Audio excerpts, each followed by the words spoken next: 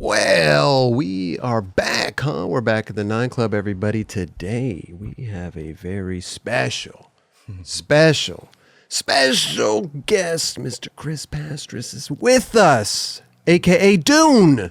How are you, dude? Good, man. I'm really good, Chris. Hey. Thank you for having me. First off, I'm a fan. Thank you for coming, Chris. I don't know. It took so long to get me over here. I'm glad I'm here and excited to talk to you guys. Listen, sometimes, you know, we it's funny you mentioned that because sometimes there's times where we talked to people 2 years ago. Yeah. You know, and then it finally happens. And I always just think, man, timing is everything, right? Yeah. Sometimes maybe 2 years ago, it just wasn't the right time. Yeah, know? we were trying to make it happen originally in 2019, and that was like the busiest year of my life. I was gone I was on planes 8 months out of the 12 months that year, you know. Right. Well, you're a busy man, bro.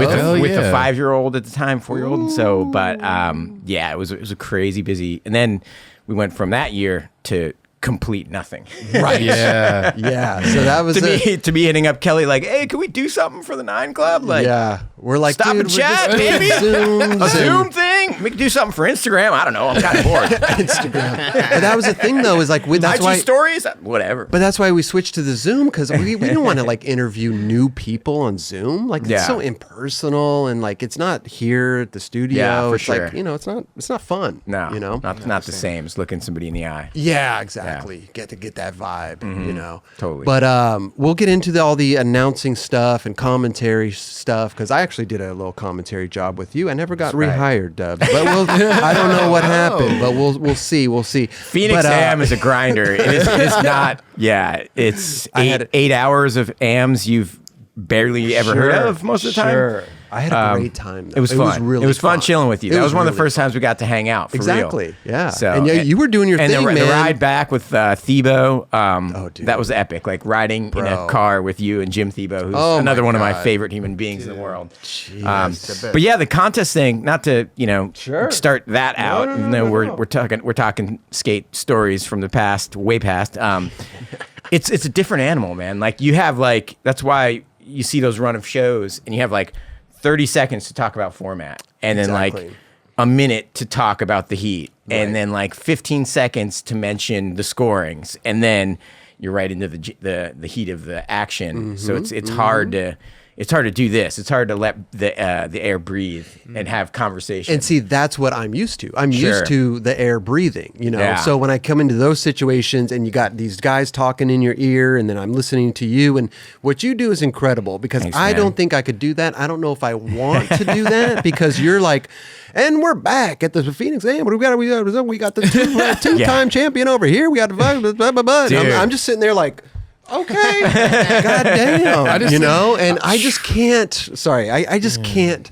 I'm more. It's a lot. I'm more of like. It can be a lot. Let's have fun. Yeah. Let me do my little color commentary whenever I can jump in. Like, sure. I think that's more my angle. Oh, right? 100%. And that in an AM event is 10 times harder because every year there's new faces. Especially Phoenix, there's so much talent. So to get thrown in to do that, it's like doing Tampa Am. And it was a jam format, right? Yeah. So that's you got 3 different. You got one of the most kids. hard. The pro contests are not that hard because you know stories about everybody. Yeah. So you'd be a huge asset. You'd kill it with the pro level contest. The Am thing is all about keeping it going, creating stories, and I'll stay up till 2 a.m. Googling stuff about the riders I'm going to talk about in the semifinals, just so I have something to talk about. Yeah. It's an interesting beast. Like I said, you do a phenomenal job.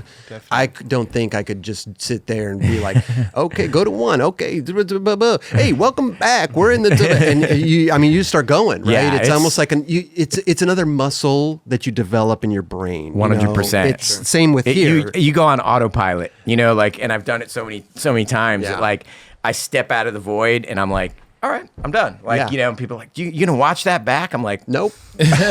No, that was 6 hours of my life of me talking straight for 6 hours. We talked a little bit when we were in Rome together. Like, how do you organize your thoughts of when you're saying things? You know what I mean? Yeah. Because you have to say this information in this little time. Yes. And blocks. And you're live. I make tons of notes. But they're not super detailed necessarily. Bullet points. It's format, course, highlights, and I'll write down 3 dudes I think they're killing it. the last time the contest was on, who won last year? Right. Yeah. What are the next 2 contests? Just like notes, you know what I mean, for each section, and I'll flip through my notes. It's just so much easier. Half the time I don't use them, but it's like you have those thoughts, like especially like when I'm doing sideline and you're doing like a winner interview, and you might like have these 3 questions in your head, and then you're running across the bowl, across the park to Pedro Barros, who gets tackled, sprayed with champagne. You can barely get in there. And like, there's times when you just get up there and you're like, oh my God, my mind just totally went blank. Right. How are you, bro? It took me 20 minutes to get here. Yeah. And I'm covered in champagne and I've got fucking, excuse me, nothing to say. We let the F-birds fly. This ain't. No, hey. Let him go. Yeah, Let him go. all right, cool. So, but yeah, it's funny, man. So I'll just jot down like three little nuggets of information in case I get lost on anything. Little which bullet points. doesn't happen often, but hey. I mean, you're in the moment. You've done it so many times. Like I'm just kind of doing stuff now. Like did that with you. Yeah. Doing some street league stuff here and there. Same thing, running across the thing, and then I'm talking more about LED lights and just weird shit. Yeah. You know, because I'm like, this is skating. Let's have fun. Like I don't want to talk about like how does the course look today. You know, I'm like. That's not me. If you want somebody else, you should probably hire somebody else. But 100%. You want it to be fun. That's another reason I Yeah. prepare, because I don't want to ask a stupid question. And I love one stupid thing. questions. One thing I learned from a lot of experience and like having like television people in my ear sometimes, which can be good or bad. But who, what, why, where? Like, make it into a question instead of just like, so. You killed it, huh? Yeah. Oh my God. Like if you answer the question like, man, those semifinals were insane, right? Yeah, they were. were. It's more like, okay, you were in the semifinals. How did you gather your thoughts to put together that line? What were you thinking about? Where were or where was your head before that last heat? For sure. When you saw Nija's score or whatever, you know what I mean? So you're like, you're asking a question, but you're not answering it. Right. That's a big problem that people have when they do 100%. Because again, like you said, like that you only have a limited time. Yeah, you're in and out. It's not like you can like sit there for 20 minutes and be like, okay, I think we got something. You know, it's like, okay, go. Okay, blah, blah, blah. And then they're answering a question and you're like, okay, back to the commentator, back to blah blah blah blah blah blah, and you're just sitting there like. No, you got to use 2 brains. 1 second, you know, like let me, because I got to then outro that to the other. Yeah. So it's a whole thing. I often, I mean, when I call it like Vietnam, when you're like on the course and like, sometimes the wrong channel comes and you just hear coping or like camera guys yelling at each other. You're not hearing the channel you're supposed to hear. It just goes crazy. Your mic cuts out. You lose the producer. Right. But I like, if I'm starting to interview Tom Shar or whoever, and I'm like locking eyes with him, making a conversation. If I don't hear the producer, I completely just ignore him, and it's my 1 minute of whatever I want to make it. Exactly. You know what I mean? Because it's like you can get thrown off. Like there's people that start that job, and then they're like, "What?" in the middle of the interview. They totally lose their train of thought. So it's like priority 1 is to finish what you started. And that's what I'm learning too, because it happened to me at the Street League thing at P-Rod's Park. Was like, I lost my mic in my ear. Yeah. So I'm thinking to myself like, oh, right away, because I'm used to like perfect audio over here. Yeah. I'm used to like hearing everything. When Kelly breathes, I can hear that, it's like, so when I lost my own mic in my ear, I'm thinking that we lost signal to the stream. Yeah. So that's not often the case. I kind of started stuttering and then blah, blah, blah. And then I regained it and kept going. And then I went back to the guy. I'm like, hey dude, I lost the thing. Does it stop on the stream? He's like, no, you're good. The stream's good. You just lost it in your ear. Yeah, I'm like, always keep going, because that's usually the case. Another thing that's common that you'll probably have happen if you haven't already. Like I'm always like, am I live to the house while I'm asking the questions? I just want to know, because I tailor my question to that. You want to, come on, what do you think of these fans in Paris? Or just something interactive that involves the viewers, the 3,000 people that came to watch the contest. Yeah. So like often they'll say no. And then I get out there, I start an interview, and I hear myself over the loudspeaker. So I just assume I always have something prepared, because it's like 50-50 that they just, and you don't even know, and you're like, oh my, everyone's hearing me. Wow, it is crazy because we were same thing with us with the Battle of the Barracks. Me and Mike Mo were doing Battle of the Barracks. Yeah, and I'm a guy that I don't even like to prepare. So the first time we did it, we rehearsed and rehearsed and rehearsed. We did like two rehearsals, going through their little routine and stuff. And me and Mike Mo talked about everything we wanted to talk about. So when we went live, I was trying to like recreate our conversations and like doing other stuff. So second one, I'm like, no preparing. Yeah. You tell us when to show up and we will go. Yeah. Yeah. And because I don't want to lose what I've already talked about. Yeah. It's done. When you get somewhere really organically, it's hard to fake the funk. It's hard, man. You can't fake it. You can't dude. recreate the freestyle. Yeah. And the freestyle's the best part. It is. It really is. It really is. I mean, I think, the only thing to be mindful of is the time. Yes. Just to look at something to go, okay, this is like a 5-minute block, or this is a 3-minute block, or this is a 1-minute block. But beyond that, if you're as good as yourself, you don't need to know anything. Well, like I said, it's another muscle in your brain that you have to train. Yeah. It really is you once you keep doing it and doing it, Totally. it clicks at a certain point. You're like, yeah, whatever, dude. Production meeting, like, dude, just tell me when to go, bro. Yeah. I mean, you're in my ear. Like, no, I've seen the stuff you've done since Phoenix Am. I'm like, oh, he's learning. He's getting it dialed. Like I said, I'm used to perfect audio over here. I'm used to just right here. I'm used to all the time in the world. I'm used to editing, so we know when something's not going right and we can switch direction. It's a whole thing. But when you're live and on the spot and you only have that 30 seconds, it's tough. Yeah. Because now you don't want to like sound like an asshole to that person you're interviewing. Yeah. Because maybe you only get one question and you're like, okay, man, thanks a lot, man. But anyway, back to you guys, and the guy's like, what? Yeah. Like, okay. Yeah. Or I've asked like one of the producers dumb questions and you see the guy's face just go white. Like, that was a really corny question. So if I don't like the question, it's not coming out of my mouth. It's an interesting, the last event we did, there was no sideline host. So the last like fourth of the contest, I think it was the semifinals into the finals. I was running from the booth to position for interview, but I had to change earbuds and headsets and microphones, and like it was so crazy. It was a head-to-head battle, so no one was wanting to talk. It'd be like Aurelion and whoever, Jake Wooten or something, and you're like, I can't interrupt these guys. They're like in the zone. That's a big thing. So yeah, it's its own beast. Like when you're down there and you can like listen to the guys, talk to them, ask them questions. If you just run from up in the booth, you're not going to have much because it's a whole nother thing happening on the course. It's just a different vibe. It's a whole different vibe, and and certain things happen too. It's like we were there the street league. Nyjah was there, and so I'm like, oh yeah, Nyjah, come over here, bro. Like let's get the Nyjah interview, and then like they're waiting and waiting and waiting, and Nyjah's is standing next to me. I'm like, sorry, dude, like I don't know what the fuck, I don't know what they're doing. You know what I mean? Like, and so now Nyjah, not that he's getting irritated, but it's taking 10 minutes for us to get to him, and I'm like, guys, I just pulled Nyjah out here, and you told me, if you got somebody, you tell us to go. Yeah. And we'll cut to you. And it didn't work. And so those little instances, you just got to learn and look past that and be like, dude, like listen, if I got fucking homie, you cut to me. Because I don't want to waste his time and have him bummed out. I've had to look over at someone and go like, I'm like rain delays and stuff like that. Like I'll line up a total like legend interview. Yeah.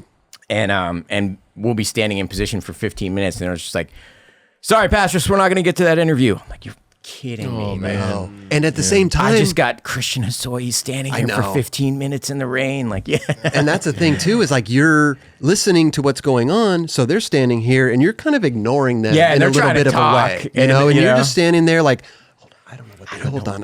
We're still waiting. And like, you're still, so it's not like you could bro down with them because you're waiting for the cues, you're waiting to listen. And so it can be a little awkward situation sometimes. But we're skaters. We get it, Yeah, not to have any ego about this at all, but I think there's maybe like 15 of us who like do it normally, and like maybe 20, like Kelly included. And, it's just like Cote, Zitzer, there's a handful of dudes that do it, and it's not the easiest job. It seems easy when you watch, and you're a viewer, right? But to call live action, not make mess ups on throws to commercials and breaks and the formats and the skater's order, because there's times where the graphics are even wrong, and you're like, no, that's Jake Wooten. That's not right. That's not Nyjah or whatever. The graphic is fucked. It is screwed up. So it's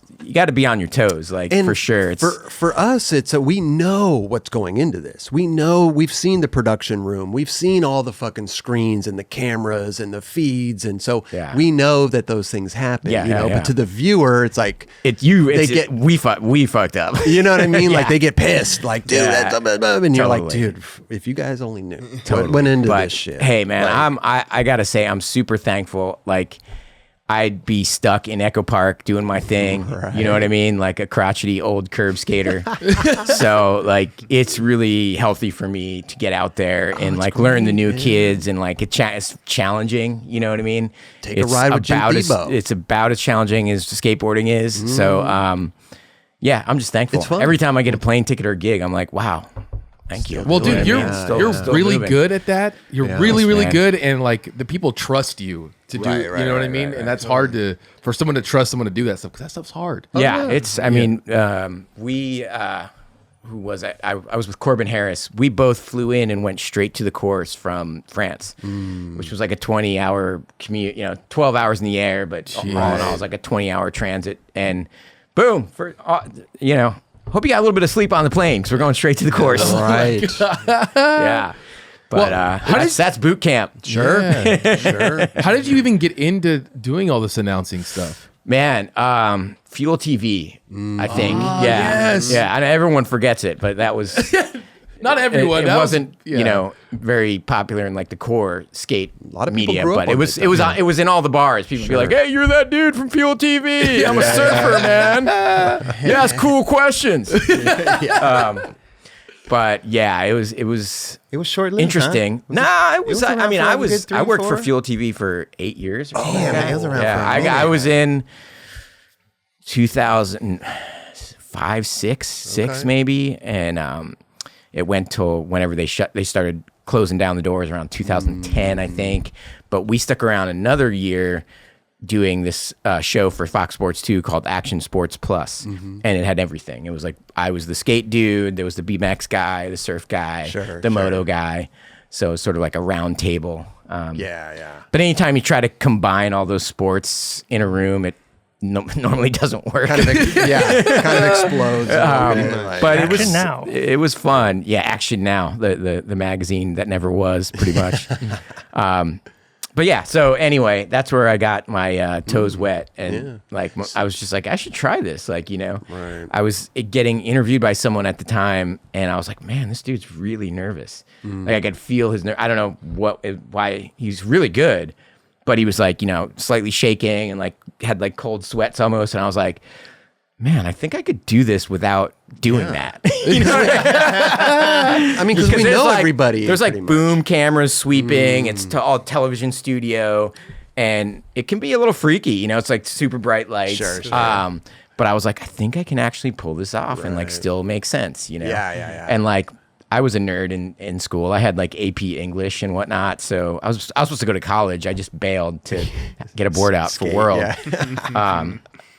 But so I'm well spoken enough to, talk to anybody. I was interviewing surfers, snowboarders, all of it. I mean, once you're in it, skateboarding, we can relate it to almost anything, right? Yeah. It's kind of all the same, passion. different cultures. It's all passion. It's all the brotherhood. It's all how they found the sport or the activity, and for sure there's a bond there. I think it's gotten a little bit more accepted to, you got a buddy that's a mountain biker or whatever, you meet the BMX pro and he's the coolest dude ever, Totally. So it's not like it was. Yeah, but it's fun, man. It's fun. I'm glad you're out there doing it. Thanks, I don't know if I really wanted to get into it, but now that I'm kind of getting my feet wet and doing it, it's actually fun. It is. I'm having a good time. And it's exhilarating. It's cool. when you know, okay, that countdown starts, it's right. Wow, and I'm going to be live for 6 hours or whatever. Yeah. It's exhilarating, and then you pull it off and you're like, wow. Yeah.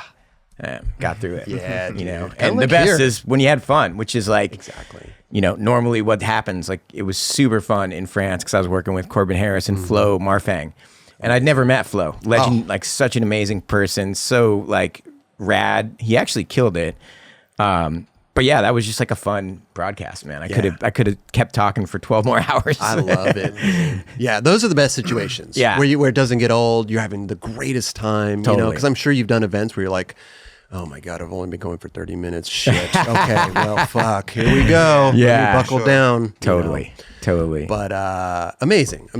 But I want to really quickly, because I don't know this, and I would love to know, maybe you've talked about it before, Dune. Yeah. Where does that name come from? Oh man, it's a long-winded, not that hilarious story, but I'll try to abbreviate it. Here. But my godbrother Rodney Smith co-founded Shut and Zoo York. Rodney just had this way of making up words. Like he had his own vocabulary. Like, if he saw you drinking something, he'd be like, what do you got? You got juicy? Is that some juicy? Okay. Oh, juicy. Oh, you got something to eat. You got some, what is that? Is it chips? Is that, what kind of cakey is that? Juicy cakey. And food was juicy cakey. Okay. You know, skating was ska. You know, your friends were ska brothers. Like he had like his own language, and like everyone had a nickname, and some of them were pulled out of left field. Some of them had a perfect story. Sure. But I spent a lot of time at his house when I was a kid because both my parents were school teachers, and they worked like the night shift or after school programs. Okay. And so my parents wouldn't get home till like 7:00 at night or whatever. This was in New York? Because you grew up in New Jersey. New Jersey, okay. And so Rod's mother was my godmother / babysitter. So I wound up at Rod's like, you know, half my childhood. Oh, okay. And there was a time where everybody's like calling us brothers, or they'd be like, are you guys brothers? And Rod had this running joke where he's like, no, he's not my brother. He's Martin's brother, Mardoon. And Martin was this super intelligent kid in our school that was kind of like nerdy. Okay. But, and I was like, I'm not Martin's brother, man. I don't want to be Martin's brother. I'm your brother. And he'd be like, no, you're not. You're Martin's brother. Mardoon? Mardoon. You're Martin's brother, Mardoon. Mardoon. You know? So it was like he pulled it out of thin air, basically.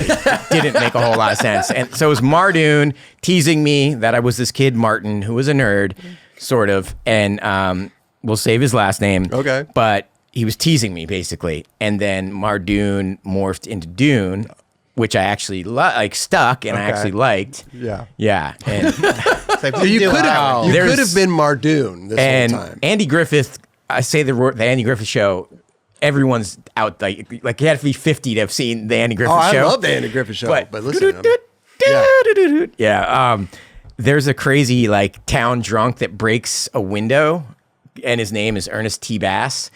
When he's like the town wild card that always ends up in the drunk tank and in the jail. And I had chucked a rock behind my head, like just for no reason, just being a hyper kid, and smashed my godfather Eugene's headlight.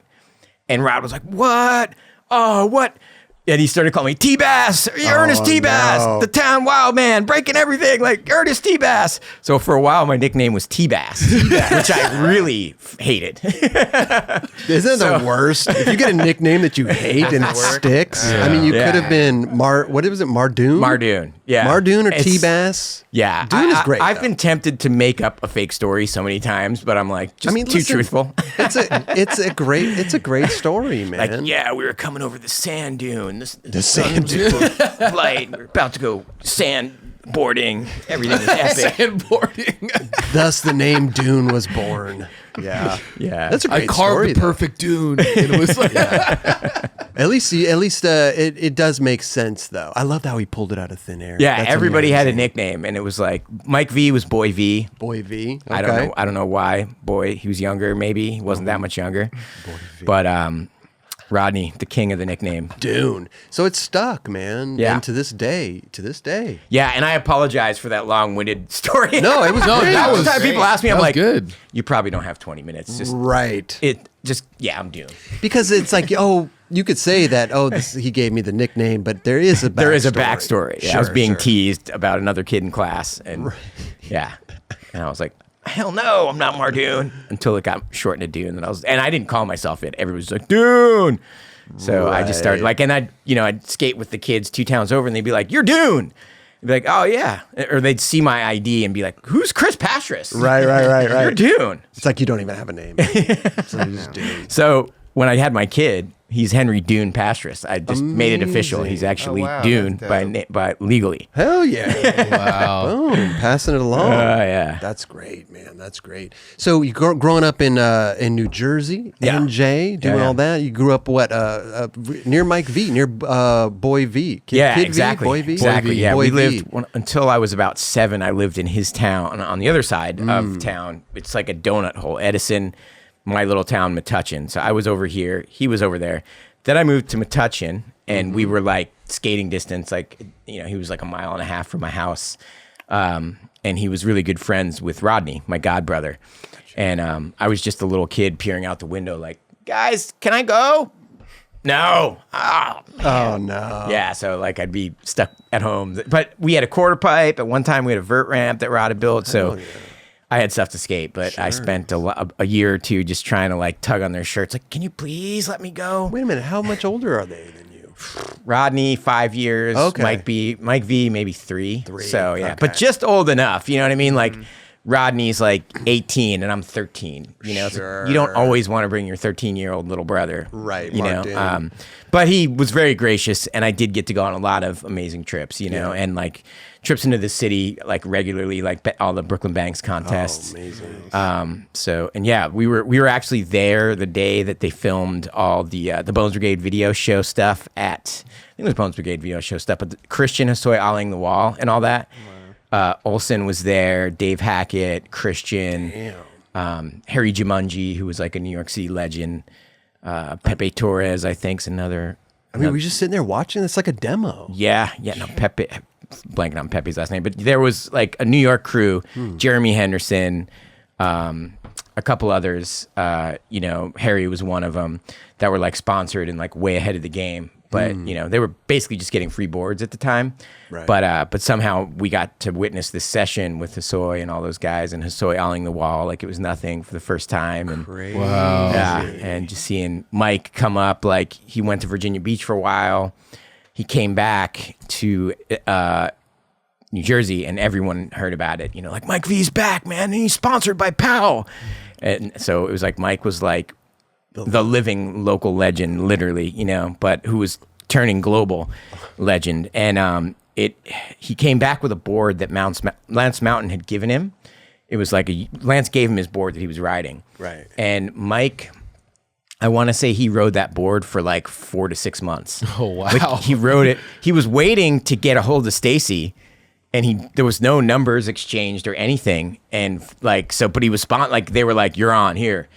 We'll talk to you soon. But like Instagram and internet, now you can find everybody. Like, I wanted to find Drake Johnson the other day. I just DM'd him. You know what I mean? It's like, you can find Nappy Fried Chicken. You know what I mean? But yeah, back then it was like, you put a message in a bottle, put it in the ocean. Exactly. See if it comes. See if it ever gets to Rocco or Stacy Peralta.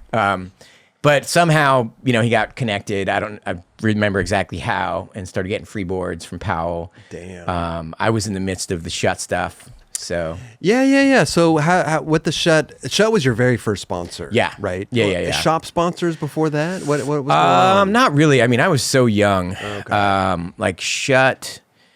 Got my first board when I was 7, like one of those typical chicken sticks, we call them, like plastic, like freeformers. Sure. And I would just skate in the backyard, basically, by myself, trying to do 360s and stuff. Mm-hmm. And then I got some boards through Rodney. I got like a Veriflex 9er, it was called, like a decent Veriflex board, 82. Okay. But then 84... Rod came home with a VHS one day, and it was the Bones Brigade video show.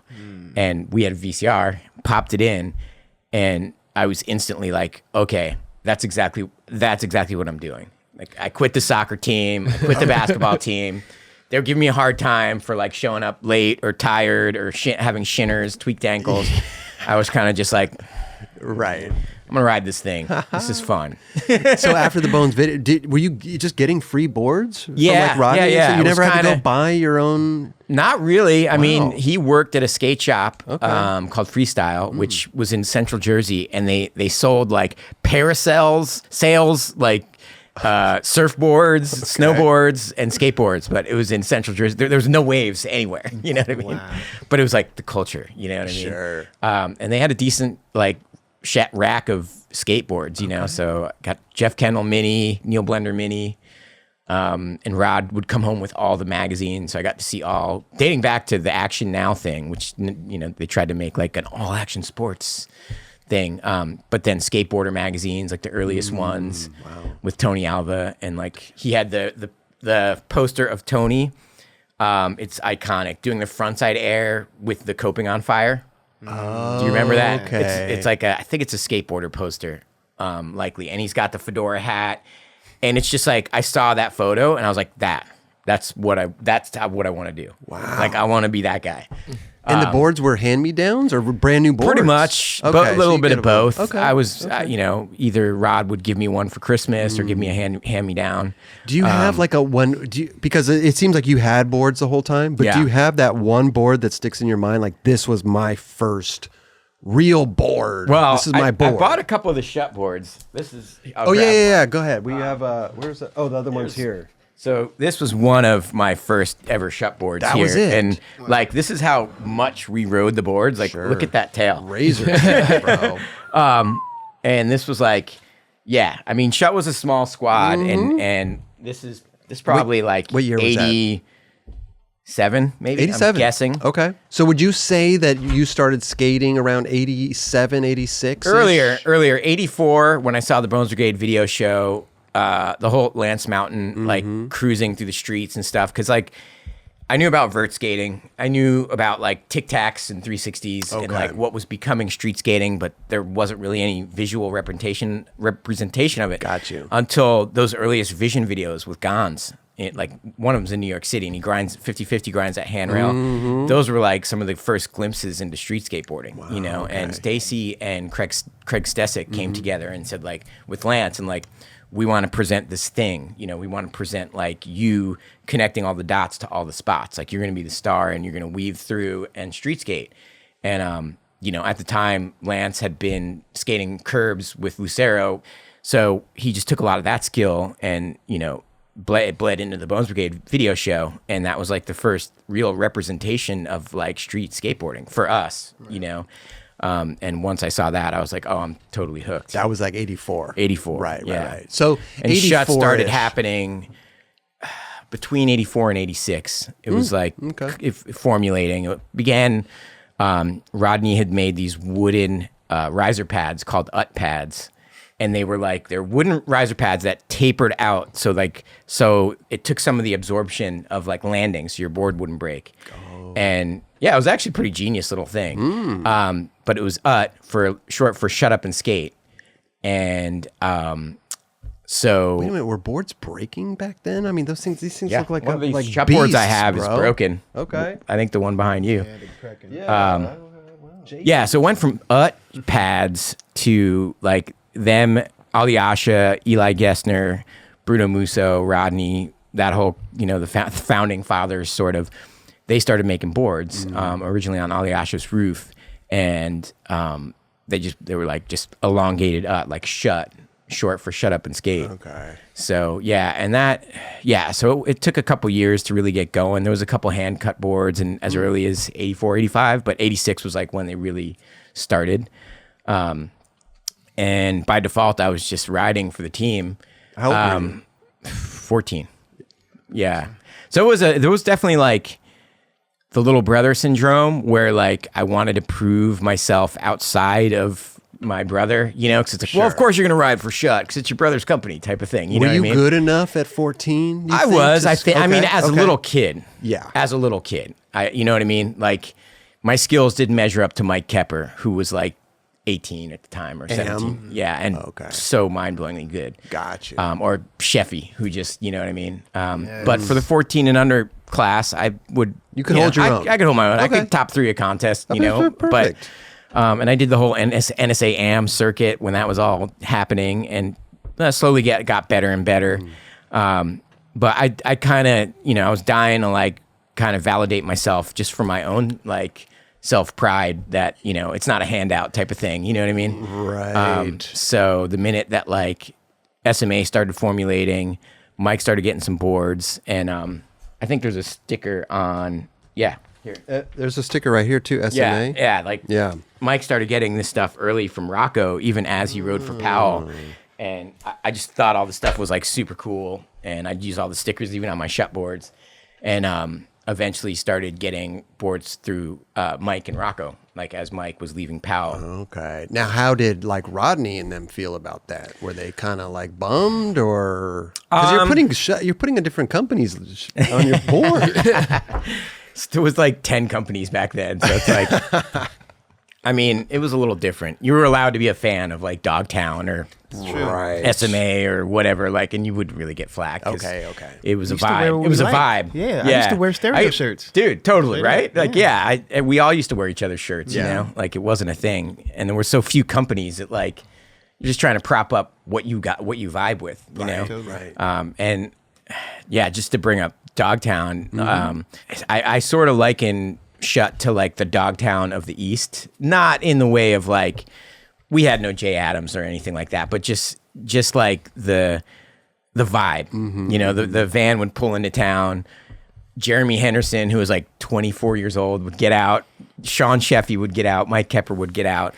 There'd be like a boom box blasting, like weed smoke wafting out. Like, hide your kids, man. These dudes are coming in. They're like playing like all these mixtapes from the city. Eli, like, kind of DJing. And it was like taking over a little town or contest. And inevitably the Shut guys would be like top 5, and maybe Chris Markovich, Okay. So wow. It was, it had a heavy vibe, I love it. And it resonated. Like I was tripping when we came to California in '86, and like Eric Dressen and like I think Julian and Nodis had some like Shut stickers, and they would put them on their boards here and there, and I'd be like, oh my god, this is unreal. Wow. Yeah. So that's good. Did you drive out or flew?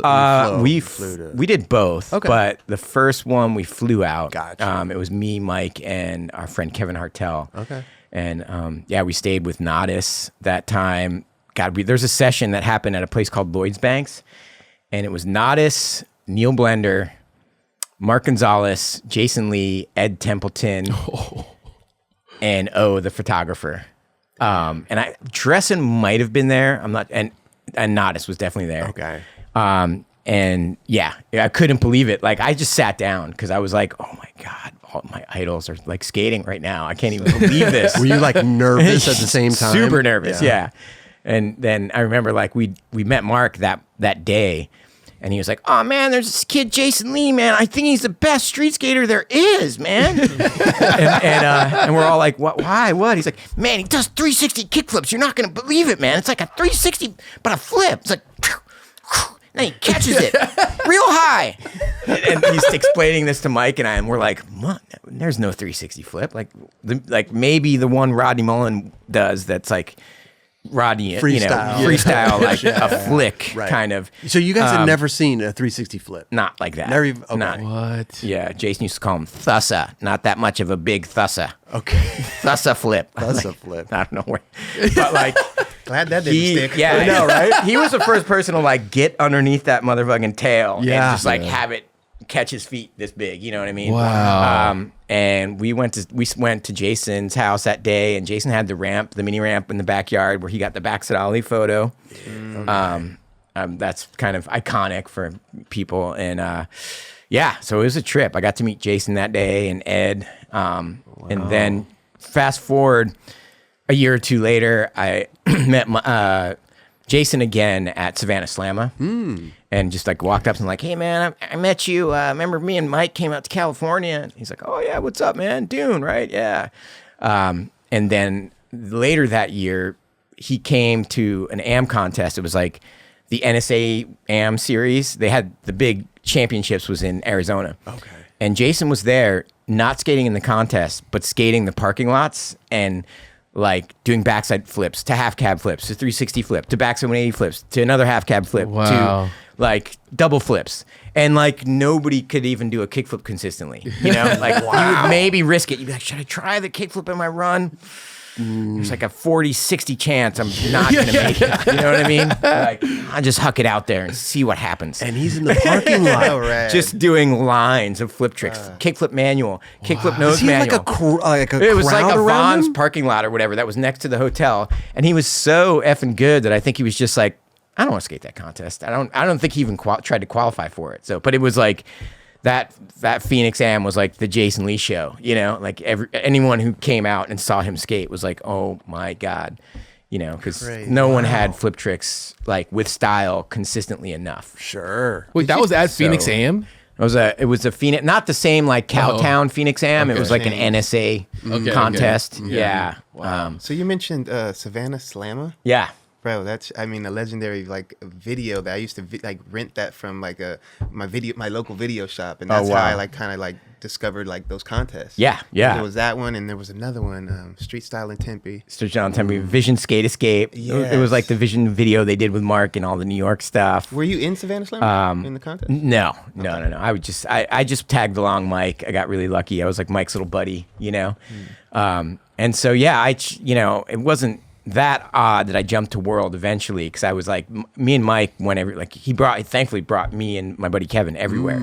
Like we went to SF that first trip and met Thebo and Tommy and stayed at their house and stuff and like on their floors. And are you just tripping? So rad. It was surreal. Yeah, it was surreal. I mean, you know, blessed like many times over. Like, just to skate with Nodis. Like I'd seen like Streets of Fire and like couldn't believe this is the house, like staring at the little ledge he does the ollie to tail out and you know, like just like it was just mind blowing. Like I couldn't believe it. We were skating Venice High banks and stuff with like Julian, Eric Dressen. Okay, so legendary spot. Yeah, legendary. Wow. So I got a lot to absorb early on. Thankfully. I mean, it sounds like you just got thrust into everything.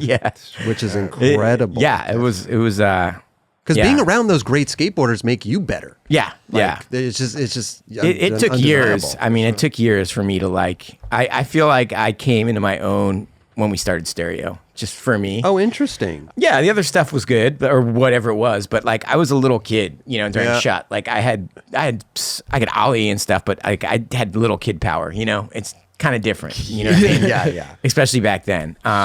Sure. And then the World thing, I just kind of jumped on board with that because of Mike, my relationship with Mike. The original World, you were one of the original. One of the original AMs. Yeah. I mean, Ron and Jeremy Henderson, or Jeremy Klein were on then. Yeah. But yeah, it was Ron, Jeremy. I'm trying to think, man. I think it's pre like Duck and John and those guys. Randy Colvin was just getting on. So it was a trip, and Rocco didn't like, Hartzell, Jesse Martinez, and he basically just called me one day, and I was actually supposed to fly back to New Jersey and go to college. I was either going to go to Rutgers or Carnegie Mellon, which was in Pittsburgh, but like the way it laid out, I knew I was going to have to get a crappy job in Pittsburgh to live alone, and I was like, man, those winters, man, like working at McDonald's to go to college, I don't know if I want to do it, you know. But then I was like, well, you know, and my mom swears I like was gone the whole summer. She swears that I got an acceptance letter from Princeton, which I don't know. It's probably true. I was gone the whole summer. So she'd be like, you got a letter from, you know, North Carolina University or whatever. Like, and I'd just okay, be like, Mom. And then she threw the Princeton one. I was like, no. So you were a good student. I was a good student. Grades. Yeah. I didn't really foresee, like, I thought I was going to do sports or something. Okay. And soccer was my thing before I found skating. But as I got through all these classes, I got more and more into skateboarding. Got you. What did your parents think about skateboarding at that point? Well, I mean, to make that call that I was going to stay behind and not come back that fall was pretty difficult. I think they were really scared I was just blowing my future. Right. And at the time, I kind of was. It's a trip because Rocco called me. I'll never forget this. Somehow, like Rocco had like the earliest of cell phones. Remember the brick phones with the little with the antenna, like from Magnum PI movies or whatever. Like he had one of those brick mobile phones in his car, and he called me, and I was out at the beach, and I guess I found a payphone. I was like, "Hey Steve, what's up?" He's like, "Yeah, so guess what? Like, what's up?" He's like, "We're turning you and Randy Colvin pro." I'm like, "Next year?" Or he's like, "No. Like your boards are already, their graphics are already done, like within a couple weeks." Wait a minute, how long had you been on World? About probably a year and a half. Let's rewind real quick. Yeah, I just want to come back though, because I mean, leaving Shut. Yeah. I mean, that must have been a difficult conversation. It was. I mean, but you wanted Shut had such a stacked squad, like literally, man, like from Barker to Derek Rinaldi, Felix Arguelles, Coco, Sheffy. Wow. Jeremy Henderson, but you wanted Mike to go Kepper. off on your own. You wanted to prove. Well, yeah, it was like I was either earlier. going to be like the small, the big fish in a small pond type of thing, where like I rode for my local company with my brother, or I was going to like branch out and like try to Create get legitimately your get sponsored by someone, without a connection that was that direct, Right. Even though Mike was there, it's still, I had to earn my stripes. And like the Rubbish Heap video, it's funny, I see the graphic. I went skating with Mike that day to go skating with Mike. I wasn't on World yet. And then like when they were editing the video, Jeremy Klein and Spike put me and Felix in the video, and Billy Waldman. Okay. And made that crazy Billy Waldman part where he's like the demon child or whatever. But I didn't know I was going to be in the video. I had no idea. Like I was like, I'm kind of on the flow squad, and I think things might work out, but I'm not like really officially on, Right. And then in that same day, it's so funny. I had to make a total choice. My sister had bought us Prince tickets for that day, and I was a huge Prince fan. Sign of the Times was the concert, or the era, which is like, if you haven't heard Sign of the Times, like it's an opus, it's legendary. It's like one of the best things Prince has ever done.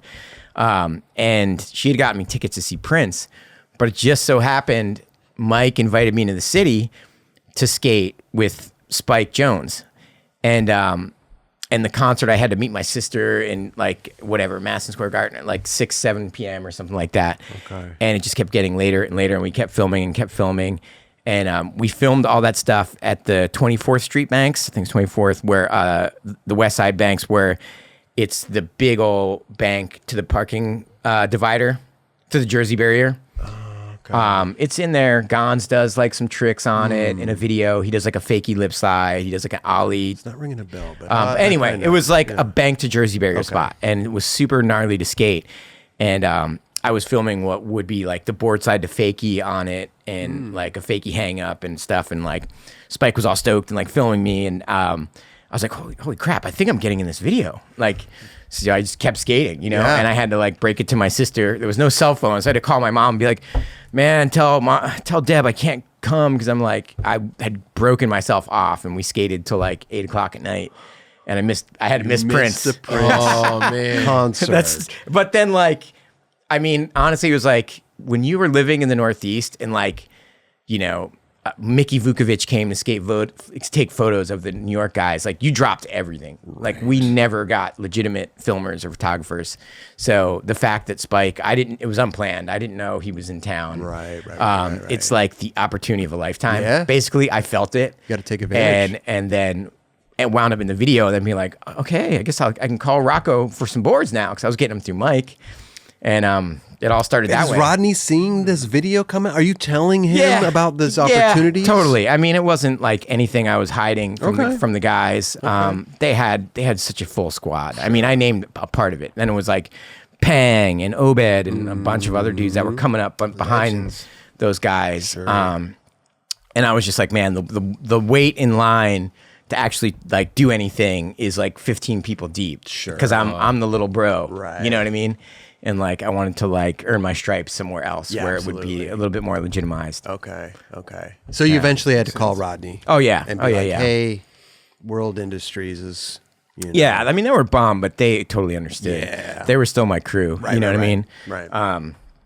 And eventually everybody had to, like, not everybody, but a lot of, I'd say at least half the team moved on. We just had too many dudes. I mean, for how much money the company was making, we had like a squad of like 20 skaters, you know? That's insane. So, and they were all legitimately good. There was only going to be a handful of them that were going to be able to turn pro, which wound up being like Barker, Kepper, you know, I don't even think anybody else. Wow. Felix maybe had one board, but, you know, yeah. So you're on World for about a year. Did they come out with any other video in that time? There was Rubbish Heap. There was Rubbish Heap. That's 88, 89, 89, I think. So, 2 World Industries Men. Yeah, so there's 89, all of 15, something like that. And then 2 World Industries Men was 1990. So I'm 17, 18. It's like 1989. 1989 probably. Okay, so 17. Yeah, my math got screwed up there for a minute, but so 17. Rubbish Heap the year prior. I must have been 16. I'm guessing. We're talking like 30 years ago. I trust me. Yeah. Someone might be fact checking me out there saying, "Oh yeah, they totally will." off." But you'll hear about it. You'll hear about it. But yeah, 2 World Industries Men was like, that was the call. Like, hey, we're putting boards out for you and Randy, and you guys have like a week to film a video. Because I mean, Rubbish Heap, my footage was like one day in New York and like maybe 2 afternoons in California. And then 2 World Industries Men was like 2 weeks tops from start to finish, pretty much. So it's like, go film. Wow. Santa Cruz videos and stuff, all that stuff was like 3 days, you know, of your life. That's so crazy. Yeah. And you were happy with what's coming out, obviously. Yeah. Like, you're stoked. I mean, it was a different vibe. Sure. I mean, I even like to see that vibe come back sometimes. Like we made a like organic video called Way Out East in 2006. And it was when we had like Benny Fairfax and Ollie Todd. And hell yeah. we did Paris, London, New York, and then made a little video of it. And I was telling everybody, like, okay, this is like 3 weeks of travel. Whatever we get is what's going in the video. Just so you know, there's no like, we had a little LA section, but it wasn't curated, you know, it's just like if you had any leftover footage. But I wanted to try to bring that fun back, you know, like we're just skating, you know what I mean? And I've always like even the girl tour videos, like I love that stuff, you know? It's really fun to watch. Because it's just a different feeling when you're watching a video and you're like, okay, this was like 2 years of this dude's life. Like it's shocking. But we're getting to the point where almost nothing's shocking anymore. Yeah, I mean? True. So it's becoming like, wow, you know, like you see Thiago Lemos, watching him in Paris, like he's that consistent. Like he does all these gnarly head high switch tail slides, but he's doing them like every other try, or at least like every try. He doesn't fall, you know? So it's kind of changed. And I like that, you know, I like to see like raw skating and what people are actually doing, you know? Totally. Because if you had to go back, I get it. Like if there's some gnarly curved rail, for sure, and you're like, you know, Clive Dixon, and it takes you like I love that dude, by the way. Like if it takes you like, you know, knocking your noggin twice in like 2 weeks, all due respect. Hell, you know what I mean? Yeah. And I want to see that footage too. I love that. I love the B-roll. I want to know how many tries it's taking them. Yeah. You know, it's totally fascinating. It really is. I love when you see the frustration and they come back in another set of clothes. But like, I like both, you know what I mean? Sure. And I like the organic vibe. And I think skaters are good enough to do that again, you know? Like, you throw whatever, the Heart Supply team in a van, Orange County, they can make a little video out of it, you know? So, were you ready to turn pro? Did you want to turn pro? Did you? No, you weren't. I wasn't planning on it right away. Got you. I didn't think I was good enough. I did good in some AM contests, which like I could skate vert pretty much any. There's like only like 1 or 2 tapes of me skating vert out there in the universe, in the ether, in the universe. But I could do all my mini ramp tricks like lip slide, Smith grind, revert, ollie 360s, you know, caballerials, Smith grind, reverts, whatever. I could 5-0 lip slide, Smith grind, all my like curb dancey tricks I do on quarter pipes. I could do on vert back then, and on mini ramp. But like, so I skated everything. That was sort of like how the East Coast dudes did. We, you know, we snowed half the year, so we skated everything because there was no street skating going down part of the year. Then fast forward to like the Rocco team, and like Rodney starts creating this whole new generation with like Day One and Javante and stuff, and it's all technical skating that I was having a real tough time like keeping up with, you know? Got you. And I just approached skating differently because I skated a lot of transition at the time. So I was like trying my best, but I was just like, I don't know. And Rodney was like, at the time, you know, I love Rodney Mullen. Like, I'm not saying this with any offense, man, but he wasn't really trying to see transition at the time. You know what I mean? He was like, no, guys, this is a new movement we're starting with these flip tricks and the world, the old like warehouse where Duran was there. You remember, you know, it was like the World Park. There was another movement happening, you know, and I had never really, I had done well in some contests, but it was because the contests were all like mixed, you know, little rails, transitions, big quarter pipes, hips, like stuff I could skate, you know, I can skate like skate parks well. But when it came to like hanging with Jeremy Klein at a handrail, I was like out of my league, you know what I mean? Right. So I was a little awkward about it. Like I was not feeling like it was totally valid, even though it was exciting and fun. But this was like shortly after you turned pro. Yeah, like all this is happening. I mean, Rocco quickly. didn't give me and Randy a choice. He was like, "We're turning. Get in here tomorrow because we're making the graphic." Well, when did all the other? So you're making the graphic. You got the board out, but then when did the shift come in this timeline when all the other guys started coming in? Yeah, I'd say I was on about a year where it was like Jesse and Hartzell, and they were sort of moving on themselves, or I don't know if they're getting phased out or wanted to move on, but Got you. Mike was eventually going to move on to New Deal, and I just knew like when it was when it was Steve, Rocco, and Mike, I felt comfortable that my skating was going to progress on its own, and I would have a sponsor. Like when I'd skate with Mike, we skated the same train.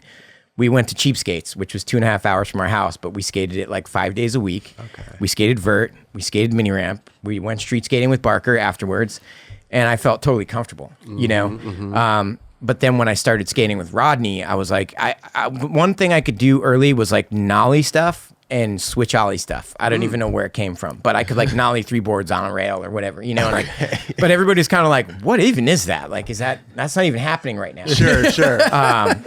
And, you know, I'd like nollie grind a bench down like some stairs and be like, oh man, like no one's ever done that. But no one was listening. So, you know, Rodney was like, yeah, if you could flip into that, nollie flip into that. Or, you know what I mean? Like, I just knew my days were numbered. I mean, it didn't take a rocket scientist, you know what I mean? And this is all so quick. Yeah, Kareem. God and, damn. you know, we went on tour with those guys, and it wasn't like I was balked out of the room or anything. Sure. I mean, but we just did a few tours where it was like, one of the tours was like Shiloh, Kareem, myself, and Jason. And Jason and I just really clicked, like for whatever reason, like music, art, you know, thrift store shopping, like we just like hung out the whole tour. And Jason liked skating different stuff too. Like he liked skating transitions and stuff. So we vibed together and we'd go off and skate the mini ramp, much to Rodney's chagrin sometimes. Be like, get back over here in the street course. I just like, I don't know, something was missing where I was like, man, I don't know if I'm going to be like hanging with, you know, like I can't keep up. Like the writing was on the wall. Yeah. Kinda, Yeah. It wasn't like a super big deal to me. And I felt like I'd been turned pro prematurely. So I was starting to think, I remember having discussions with Spike Jones and being like, what should I do for work, Spike? Like, should I? And he was like, man, you're going to meet so many people in skateboarding. Just keep doing it. Just go with it. Like you're meeting all these photographers, you're meeting all these magazine editors, videographers, like just keep going. Something's going to pan out, you know? And I was like, didn't see it at the time. I was like, that was not quite the answer I wanted, but it was a decent answer. Like, wow. It's just like, be patient, young one. You know, grasshopper. You're like, but what do you mean? What am I going to do for work in 2 months? You know, so, but like, me and Jason started vibing off each other about like art and stuff, and Gons had left Blind, and had kind of a fallout with Rocco, and then they did some ad where they were like, it was fake, but it was like, hey, Mark, this is Jason. I'm taking over your company and your Volvo and whatever, like, and I'm starting Blind. We're me, Rudy, Guy, and blah, blah, blah, blah. Like, have fun, whatever you're doing. all the best, Jason. But it was like a fake letter. Okay. To kind of diss Mark. Right. And Jason was so bummed. You know, he's like, dude, I'm not trying to, I don't want to steal blind from Gons. Like, they're putting these ads out without even. Yeah. I remember that. We all had some crazy ones. Wow. Rocco would just come up with something. You'd be like, oh man, wish it was just the skate photo. Because none of the dudes felt like that. You know he put him out there. Wow. It'd just be like black and white, like Kareem and one of the white Caucasian, you know, and you're like, I really have to go there, man? Jeez. Crazy. But, you know, it was Rocco being Rocco, you know, like edgy and like, you know, it was working. Creative. Yeah. And I knew it was genius. I just didn't really in my heart of hearts feel like it was my thing. Sure. Yeah. You know, and once I got talking to Jason, he wanted to quit blind almost immediately because he was just like, man, Rocco, and he didn't want the responsibility either. He like knew himself well enough to be like, I don't want to know how I'm going to come up with all those graphics and like, that's Mark's company, you know, and he didn't want to see a change really. I basically got together with him and was like, why don't we just bail, like start something where, you know, we're doing our own thing. Okay. And yeah, like I had like kind of gotten some warnings like through the grapevine, like McKee was like, yeah, they might cut you, man, or whatever. And then as soon as word got back to Rocco that Jason and I were starting our own company, of course I was welcome back. They were like, no, Dune, you can come back. We have a graphic already ready. And someone, I'm blanking on who was skating with us at the time, but it was like a Randy or someone who Rocco was like, hey, if you can find out what Jason and Dune are doing and what the name of their company is, and come back, I'll give you $500. Wow! They sent out a fucking recon. I just found that out like 6 months ago. I was like, oh, really? Holy crap, dude! What? Is it somebody? And whoever it was like, I of course said no, you know, and I didn't tell him what you guys were doing. But yeah, that's I wonder if they wanted to, if he wanted to like get that and then he was like trying to talk me to come back in. He's like, we're not kicking you off, man. Like come on back. You know, like I'd heard through the grapevine. He was definitely trying to do some malicious like shit. trademark your name or something. I don't know. You know, he was like, well, we're gonna lose Jason too. Let's bring Dune back. But that wasn't a very feel good thing for me. You know, I'm like, but did you feel? Yeah. Did you feel like there was like that Rocco was like a scary guy to go against back then? I mean, he was always doing such crazy stuff, like the Satan graphic with, you know, for Jason that he hadn't seen. Yeah. That turned into a Nodus graphic. Nothing really was shocking. He was just trying to like push buttons and get a reaction, you know, and it worked. You know what I mean? For sure. I mean, I'm proud of that era. It's like one of the like landmark changes in skateboarding, you know. For sure. But, definitely. like if you look at some of the sexist or what could be called racist graphics in like 2021, they don't fly. Oh, yeah. You know what I mean? Like that shit. like it's like, you know, I don't even want to just characterizing black people or Asian people. Javante's fucking graphics were gnarly. Yeah. Yeah. I mean, and Rocco would just jingle a check in front of your face and dangle a check and just be like, hey, man, $4,000, pretty cool, right? It's pretty funny. It's just for fun, you know? And I wasn't stoked on that. Coming out of like the Bones stuff and like my idols being like Lance, Mark Gonzalez, Neil Blender, I always knew there was like a more creative side to it. And when World was getting super cartoony and Rocco was like trying to force these graphics on everybody and like no one felt safe. You remember those days. It was like anyone could be cut. Like that's the vibe he gave off at least. You know what I mean? And everyone was just like, look, I got to keep my spot on the team. You got to stay in line and follow what we're doing. And no one was as good as Daewon Song. Let's be real. You know what I mean? That man was just born to skateboard. Another level. Yeah. So, you know, it was tough. You know what I mean? And so when Christian, this photographer dude, Christian Klein was his name, worked for Power Edge magazine. And he knew that I was like moving on or like, you know, trying to figure out what to do post World. And he was like, hey, I work for Brad Dorfman and, you know, Vision Brad Dorfman, and he wants to start some companies. And he's talking to Mike V and Ed Templeton as well. And so we went down to Orange County for a meeting with Brad, and he was basically like, hey guys, like, yeah, I'll give you, you know, your $1,200 a month or whatever it is, and just come up with graphic names and do whatever you want, pretty much. You know, so all of a sudden we're in the art department and I'm drawing the first Blue logo, like practically on a napkin. Yeah, like, Blue Skateboard. Blue Skateboards. And let me ask you a quick question. Was this, you had already moved out here? I was already out here. You were already out here. Yeah. When did I came out here that summer. I turned pro, 1990. Oh, okay. I never went back. Yeah, because all of a sudden I got a check for the first one, $500 a month. But then I got a check for a few G's when my board came out, and I was like, wow, this is.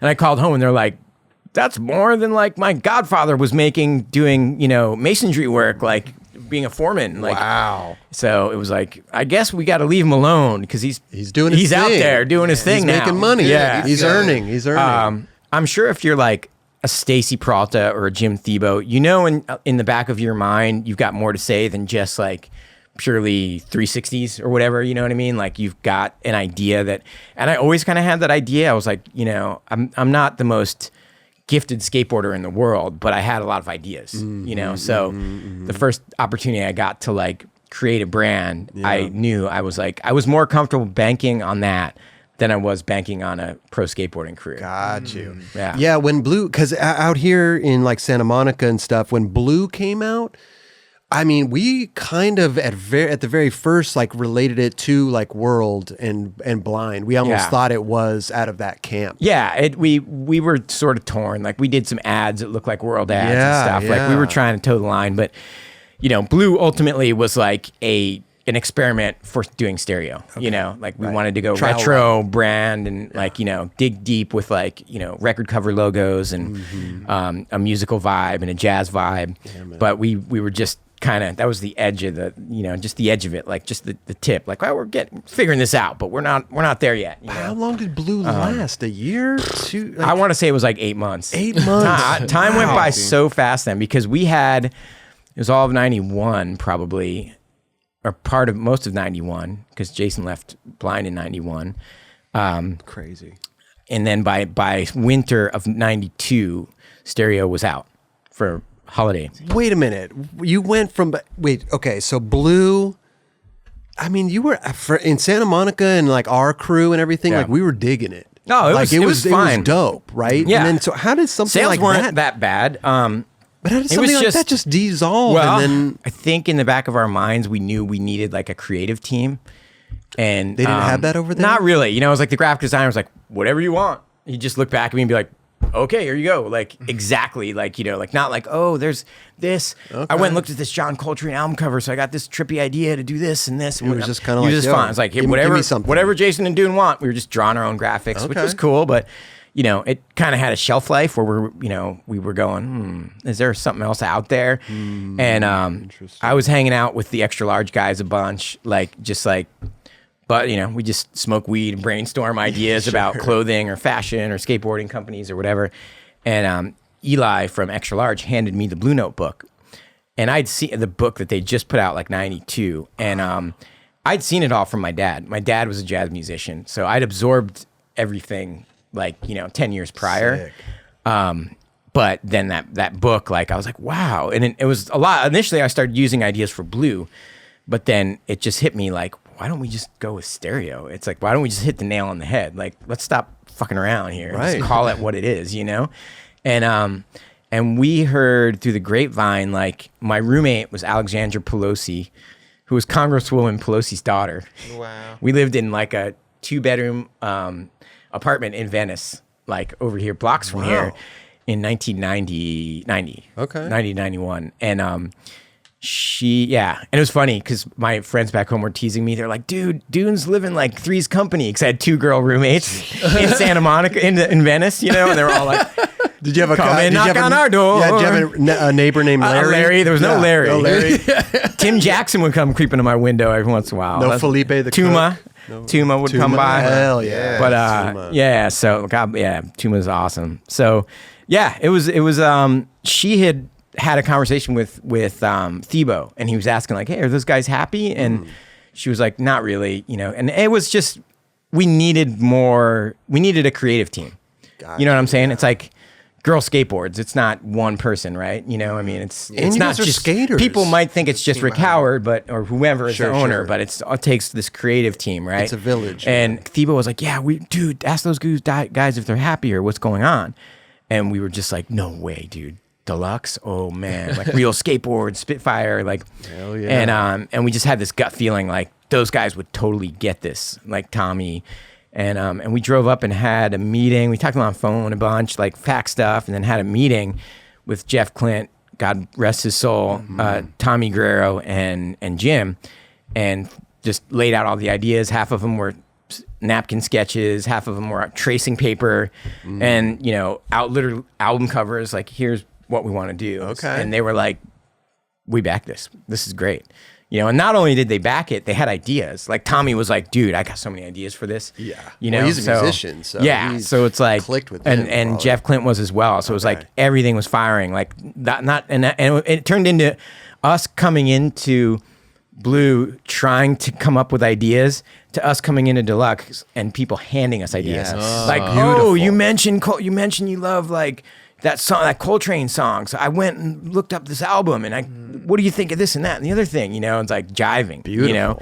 And we were jiving at Deluxe and just like bouncing off each other, and it just flourished. You know what I mean? Blue, what did you just call them? Be like, we're out. Just like, we're out. Done. Sorry, Brad. Like, we love you. You're great. And no offense meant. Was done.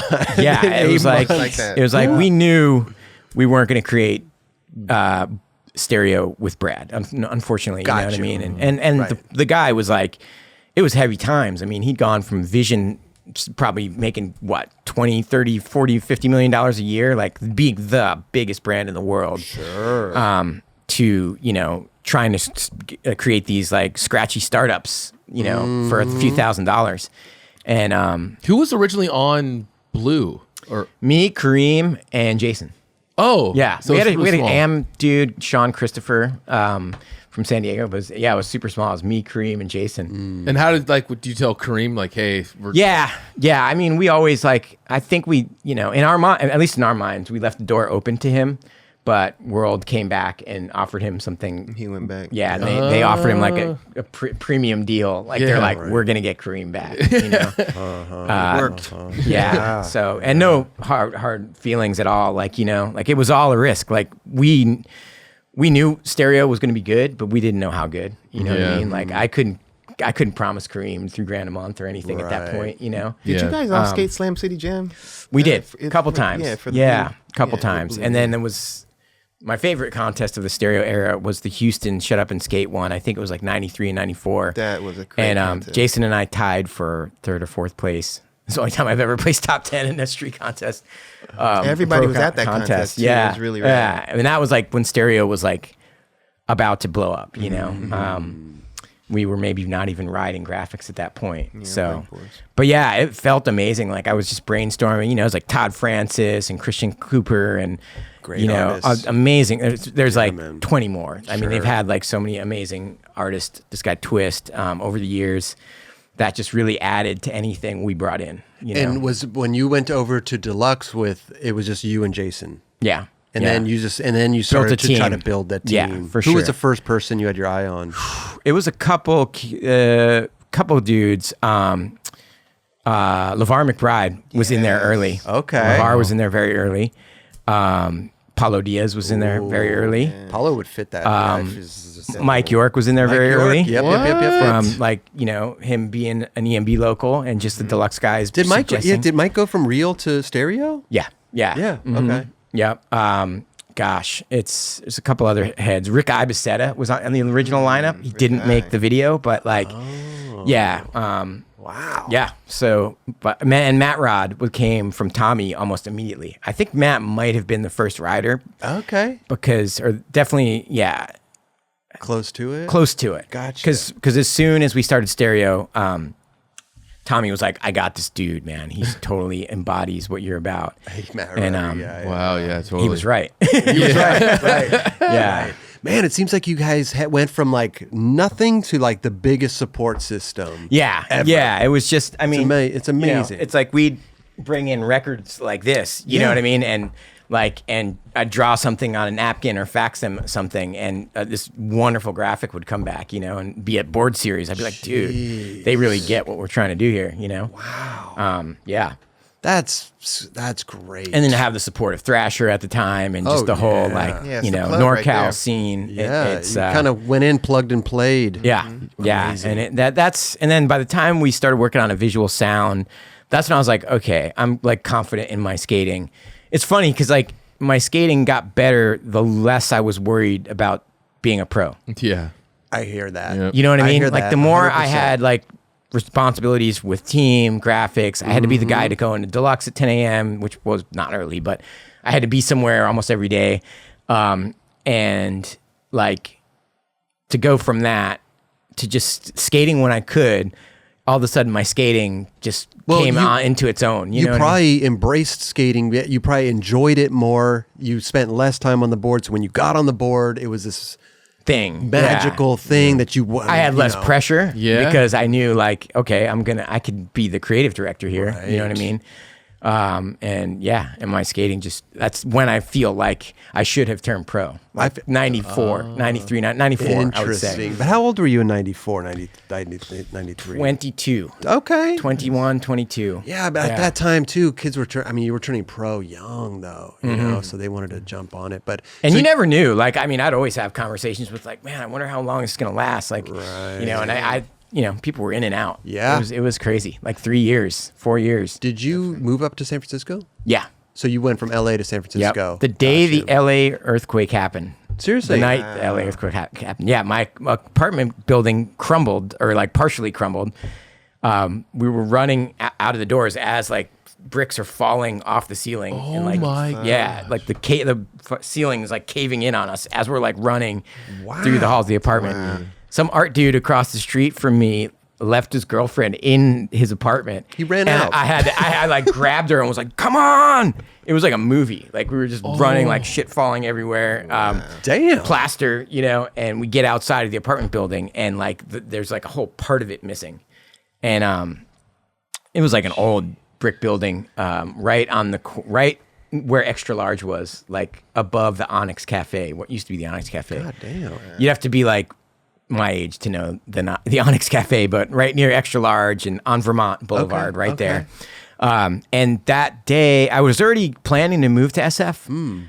I just was like hem and hawing about it, but I wanted to. And we stayed up all night that night, like because no one knew if there was going to be a second wave.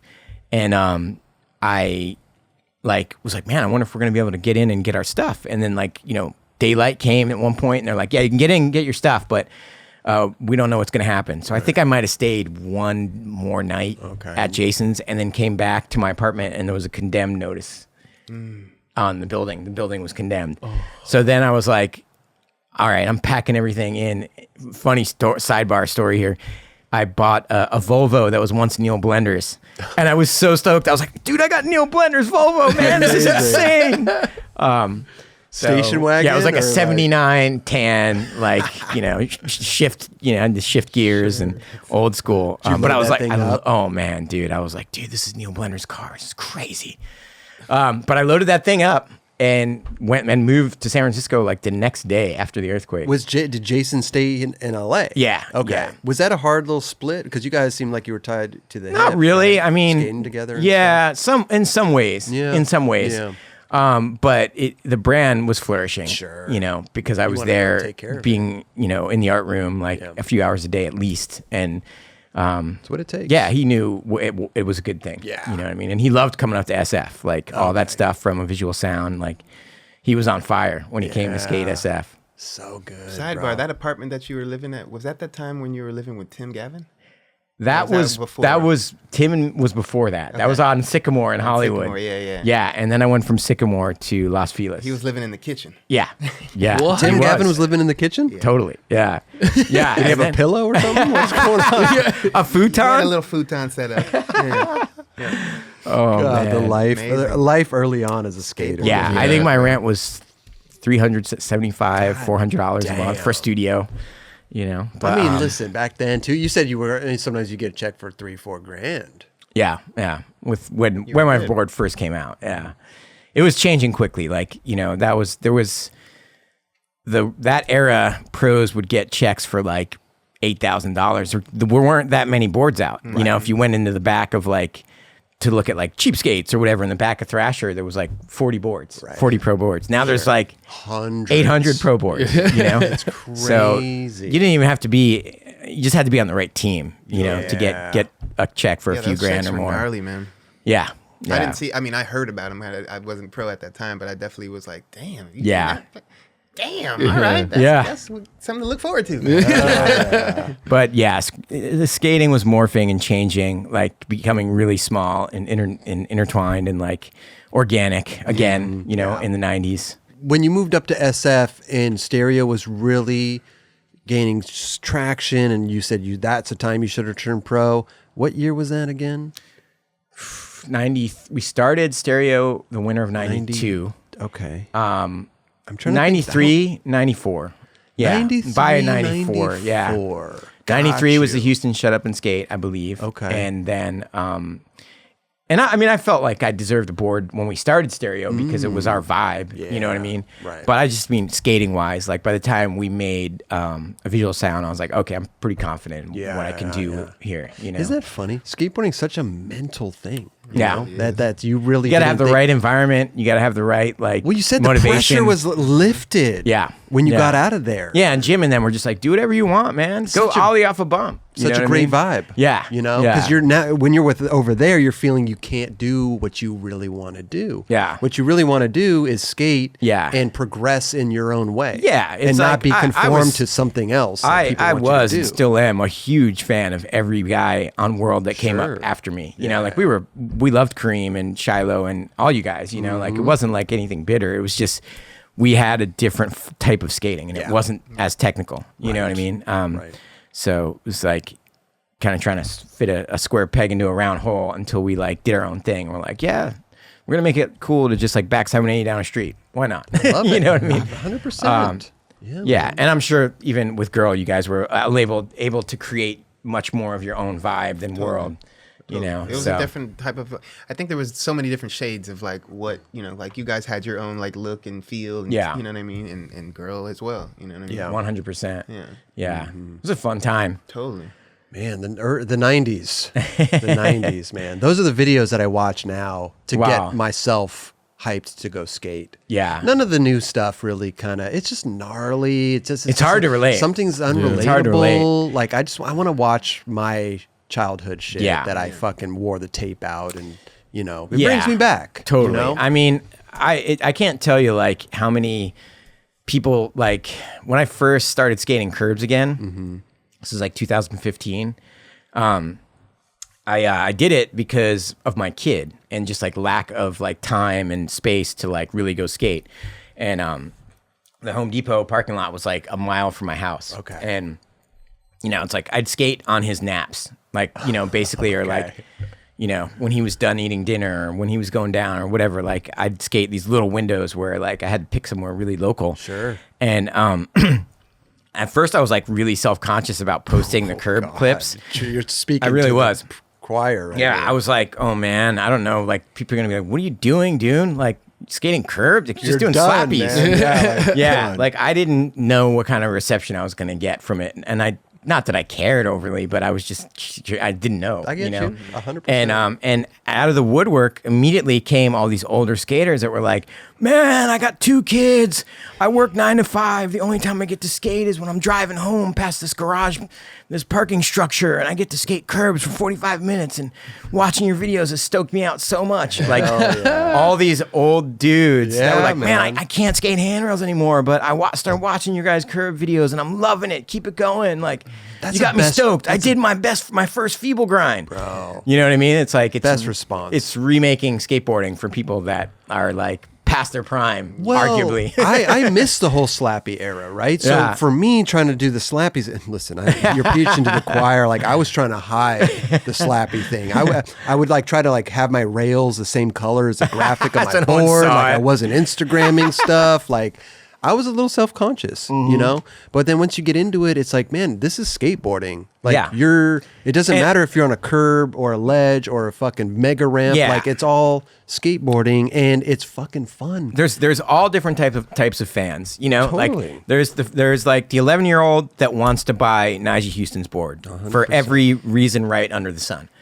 Then there's also like a 38-year-old dude who's like, man, I want a Chris Roberts board. Like I want to go skate the Santa Monica curbs or like those ledges at the courthouse. Like that's what I want to do. Sure. You know what I mean? And like there's all different gamuts, you know what I mean? And it's cool that it's like kind of all universally accepted. Like, and I love it, man. And even the young kids hit me up and be like, dude, I learned the slappy. Like, it's cool, you know? Yeah. Because listen, some people don't have the luxury to go out and go to a skate spot or a park for that matter. And they have a parking lot in front of them. And it's fun. I mean, the kids that can like link curb skating, like Ace Pelka or something, you know, like can link like curb skating together with other styles of skating. Dude, Kellen James is going crazy. Like, it's nice to see. I just want to see people Aaron skate. Yant trips me out. That's another one. Okay. Like, does some crazy stuff. Dude. God, there's so many. It's just fun. It's fun. And it's actually, you know, like I said, I didn't experience that. So I'm relearning how to... Yeah, you gotta bash my board into this curb to do a crooked I can't line? tell you like, how many. That doesn't make sense to me. I can't tell you how many times I've described how to do a frontside slappy on Instagram DMs. Like, I'm like, it's like a slash, man. Dude, I just run through my thing. It's like buck that front. Like, get light on your feet. Yeah. First of all, put your feet over the bolts. That's the trick that nobody knows. Until you get comfortable, then you can move your feet around. Mm-hmm. But your first try. Feet on over the bolts. This is a frontside slappy you're talking about. Yeah, okay. For those that may want to know, so I don't have to DM you. Well, just send him this clip. And you basically like buck the front truck up as if you're going to do like a mini wall ride of sorts. Like, you have to be light-footed. Like, just getting that front truck on a wall would be. So you buck that front truck up, and then you power slide the back truck on, like, power slide. You know, like, and that's why it pays to have loose trucks, because you know that gives you those variations to get on the front truck and on the back truck. But then you slide out and then you stand up and you're grinding. Yep. And that's easy. What about the weight on the toes and the heels? What's the weight pressure there? I mean, heel to toe. Yeah, right? Heel to toe. Okay. I always tell people, like, with hurricane grinds, Jeff Hartzell actually taught me this one a few years ago, but like slappy hurricane grinds, heels, frontside hurricane grinds, toes. Mm-hmm. Okay. You know what I mean? Yeah. So it's a little bit of that. Like, and feeble grinds are definitely toes. You know, I think front feeble grinds, heels. Once you get used to the heel toe, and once you get used to like the carving at, like, people always ask me, how do you do this? And I'm like, you kind of S curve at it. You know, you go like this, and then you go into it. And once you get that, and like kind of using those pockets and just that heel toe thing, it starts to click. Totally. You know, and once you do the first like slappy crook or something, you're like, okay. This is how it works. Because I wasn't a good crooked grinder, right? I couldn't sit on a crooked grind. Yeah. Slappy crook, 100% different story. Nice. I slappy and I stand up on there. Yeah. And then pop over or do whatever out. Oh, it's fun, man. It's so much fun. People that think it's like super easy too, like, you can slam really fast skating curbs. Those like, curbs will take you like out. My buddies that like skate maybe like, you know, the combi or something or whatever, and then they're like, let's go muck around on curbs.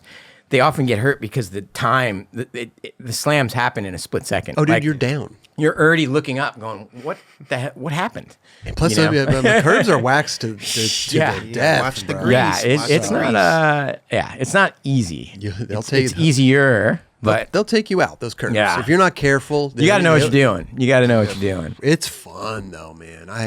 And the one thing that I do enjoy is, because I was there when new people kind of show up and they're learning, and you watch the progression, and then you watch the progression, and then all of a sudden they're doing fucking, you know, switch crook, fake, shove it out. You're like, yo, this is fun to watch. I've seen a few dudes pass me up. Like, you know, like, I got busy with work and travel, didn't make it to the curbs for a few weeks. I'm like, dang, dude. What you been doing? Yeah. It's fun though. I like watch, because you're watching the progression. Yeah. Yeah, like, and it's pretty like pure. Like, the more you skate curbs, the more you'll learn. You know. Yeah. So it gets people together. It's almost like a pool session. You know what I mean? It's like, it's less serious, at least in my mind. You know what I mean? You can bring coffee, you can bring a beer, you can do whatever you want. You know, you can have fun. You can do board sides.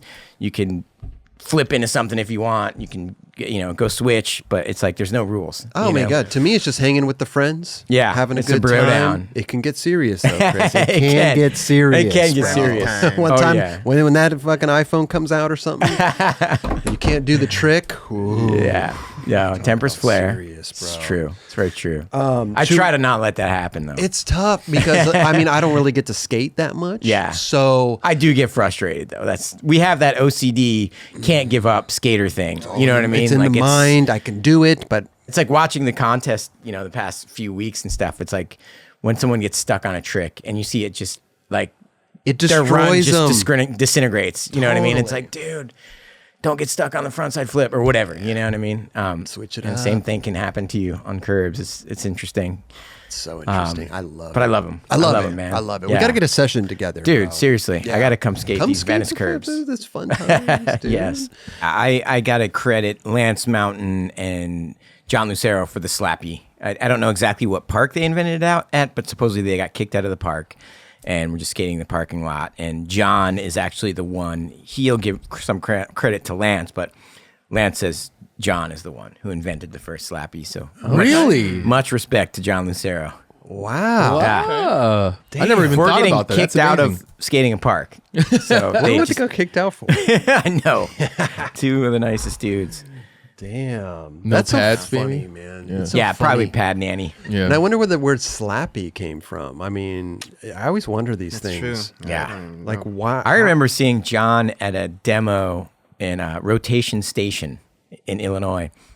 And he was like skating a parking block and he'd do like 5-0 to board, to feeble, to Smith, to board, to hurricane. Like just like curb dancing kind of, we call it. Mm-hmm. Sure. And then Barker actually picked up on it and started doing all that. Yeah, they're fun, man. They're so much fun, and it's fun because you're learning. Yeah. you're it's almost like you're relearning certain things that like I've done front crook on ledges. Yeah. Yeah. But now to bash into it and then transfer over to the other side and different For sure. things, it kind of just I can't speak highly. The other day I started doing about ollie it. lip slides on my curb just to be like, I gotta remember not to. I got ollie sometimes here, because you can go like that's- weeks without ollieing if you're Dude, and really. that's in the the curb biggest zone. part about slapping is like retraining your brain not to ollie. Yeah, yeah. Like it's the weirdest trip. fucking thing, man. That's why I like seeing Kellen and like Jamie Palmore the way they skate, because they'll slappy, but then They they'll all do ollie, huh? they'll do like Gnarly switch heel tricks. back tails. You're Right. like, what? Wow. Definitely. So I think we're in the height of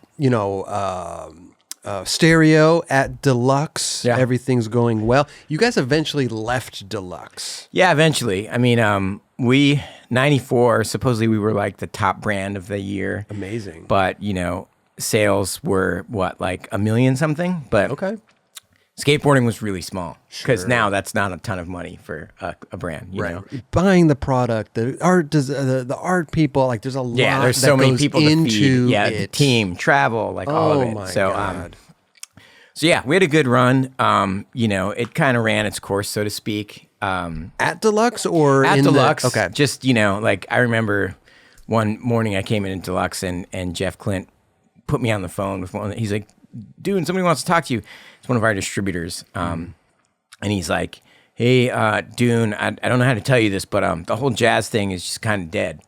And I was like, "What do you mean?" He's like, "Oh, the whole like vibe of like the jazz and like what you're doing with the graphics and all that. What a hit. It's dead. Yeah. It's like it's not working anymore." And I was just like, Like, how do you respond to that? Yeah, I was like, thanks, man. We'll have a great day. Wow. Yeah, so it's kind of just like, I don't know if it was so on trend that, nothing lasts forever. You know what I mean? Or it's cyclical. Now, did you So- start feeling a certain way after that phone call, or did you just kind there of was brush pressure it off? for at the time, like there was definitely pressure from our partner Jeff to like one of the partners Jeff to like switch up the graphics and try new things and Okay. have fire on the graphics or cartoons on the graphics or whatever, and we experimented with all of it to varying degrees of success, but it always felt weird. You know what I mean? And that era was only like a year, and then I think Deluxe had called it quits for the time being. Spitfire was just like growing and growing at an immense pace. Anti-Hero had started. That was taking off. Got you. So They were trying to maybe put their focus into these other. they just had too much going on, I think. Right. No ill will at all. Sure. And I didn't even know at that point. I was like, when it first ended, I didn't know if it was viable or if it was going to come back. I held this special place in my heart where I was like, this is not going to go away. You know, like I knew I was going to try to bring it back, but I didn't know if I was going to have any success. You know. So was there the ending conversation? Like, hey, we gotta like, no, definitely, we gotta part ways. Yeah, no, it was definitely me and Thebo, and he was just like, yeah, man, we're moving on. You know, they gave me like a severance, and I was like, dude, well, I love you guys. You know, it was a good run. But you still owned everything, right? You owned the name, and we went, you know, crazy enough. None of that was really done back in the old days. Okay. Like, and so we were able to do a bunch of that stuff after. I think, you know, we waited a while, a couple years, and you know, I think bugged them once or twice more, and finally said, well, let's just do this ourselves, you know, and went about trademarking and all that stuff. Yeah. I was tripping because even Danny Way was here. He was like, dude, we didn't like, there was no trademarks for Plan B back in stuff the day. Like that. I'm like, what? So crazy. Yeah. So when they brought it back years later, there was no trademarks. They could just bring it back. Yeah. That was fascinating. It's a trippy, and the law is like, if you're in a partnership and you dissolve a company, I think the waiting period is like 2 years or something, 2 or 3 years. Then any partner can continue it if the other partners have no interest in doing it. I got you. That's, you know. So you waited the 2 or 3 years? Yeah, we waited, and we were hoping that Deluxe would come back around at first, you know. But did they say there was a possibility of it coming back, or is it kind of just? Not really. You know, there was talk of me maybe going to work in the art room, because I went to City College and started like pursuing a degree, like a general ed degree, and then a design certificate. Both were like 2 year, you know, 2 years, but I did it in the course of 2 years. I did 4 years of learning. Oh, wow. Yeah. And there was talk of me coming back, because I could, like, at that point, I could like lay out a basic catalog or whatever, do my own graphics and stuff. And there was talk of Jim offering me to come back to work in the art room, or he was talking about it, but something in me was just like, I just want to do stereo, man. You know, like I really wanted to do stereo. So, did you stay up in San Francisco, or did you move back down? I moved pretty quickly. As soon as I got into the college thing, and I was going to transfer to SF State, got accepted. Started taking like 1 or 2 night classes.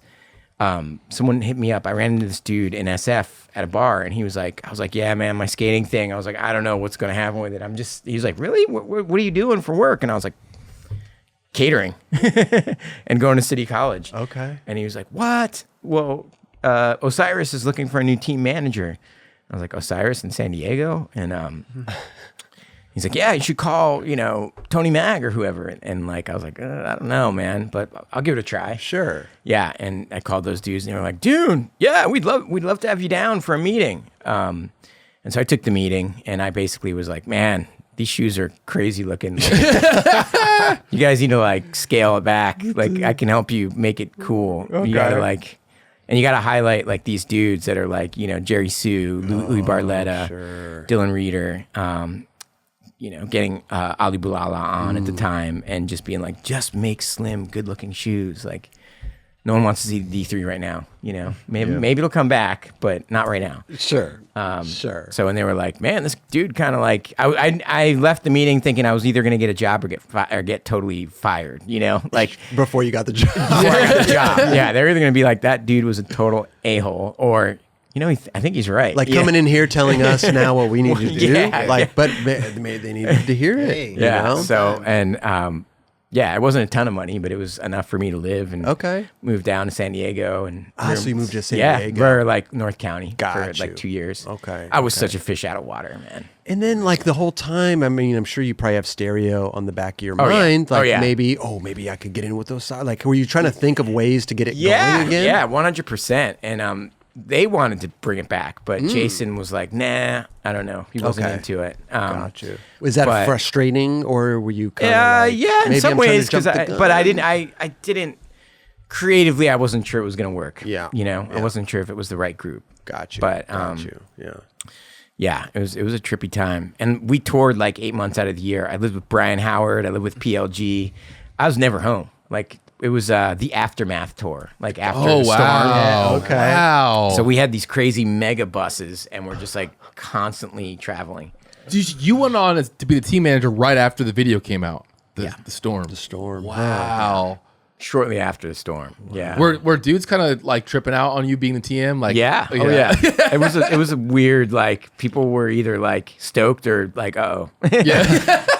You know, but it's rad though, because the same ilk, right? It's like you can go and skate with everybody and relate and all that stuff too. Yeah, so for sure. great. And I try to take care of everybody. I was like, dude, you can pay everybody you want, but you can only put like these 7 guys in the ads, you know, like you can have paid legends and paid up and comers, but these are the 7 dudes you want to focus on, or whatever that number was. I was like, that's the good look, Got you. And helped them formulate that. But they still had like legacy dudes, and I was like, I wasn't trying to like just kick people out in the cold, Sure.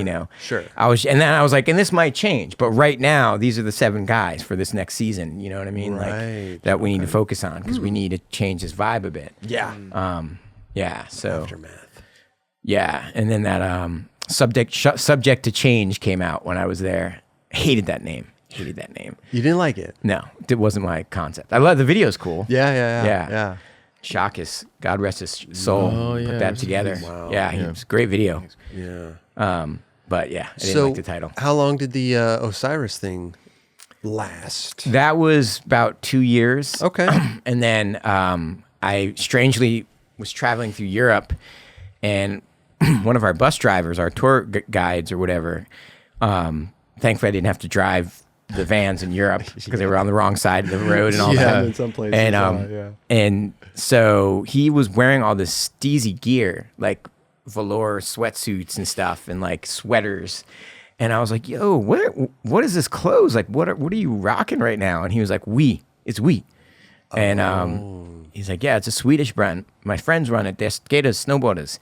And I was like, "Yo, can you get me some of this gear?" And sure enough, he like called them on the during the Osiris tour and was like, "Hey, Dune really likes your clothes." And they were like, "No way, Dune, does he want to be one of the activists?" And I was just like, "Oh, hell yeah."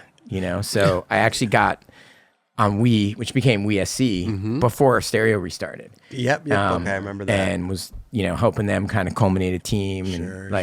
They'd come to America to do lookbooks and stuff like that. And I remember we gave you some clothes for a while. I was stoked on it. Yeah. It was a fun gig. I mean, it lasted 14 years. 14 Wow. years. Yeah. Are they for still me. going though? They are. It is. Huh? It's not different. There's no skaters involved. Oh, There's not really the same art vibe going on. Did it get sold or something? It did. Maybe, It did. It changed hands a couple times. But yeah. It was popping. It For was. a minute I there. mean, a lot of people were repping that. Yeah, like Gino, Jerry, yourself. Hell like yeah. there was so many people that were so great on that Good squad. clothes, Ray too. Barbie. Ray Barbie.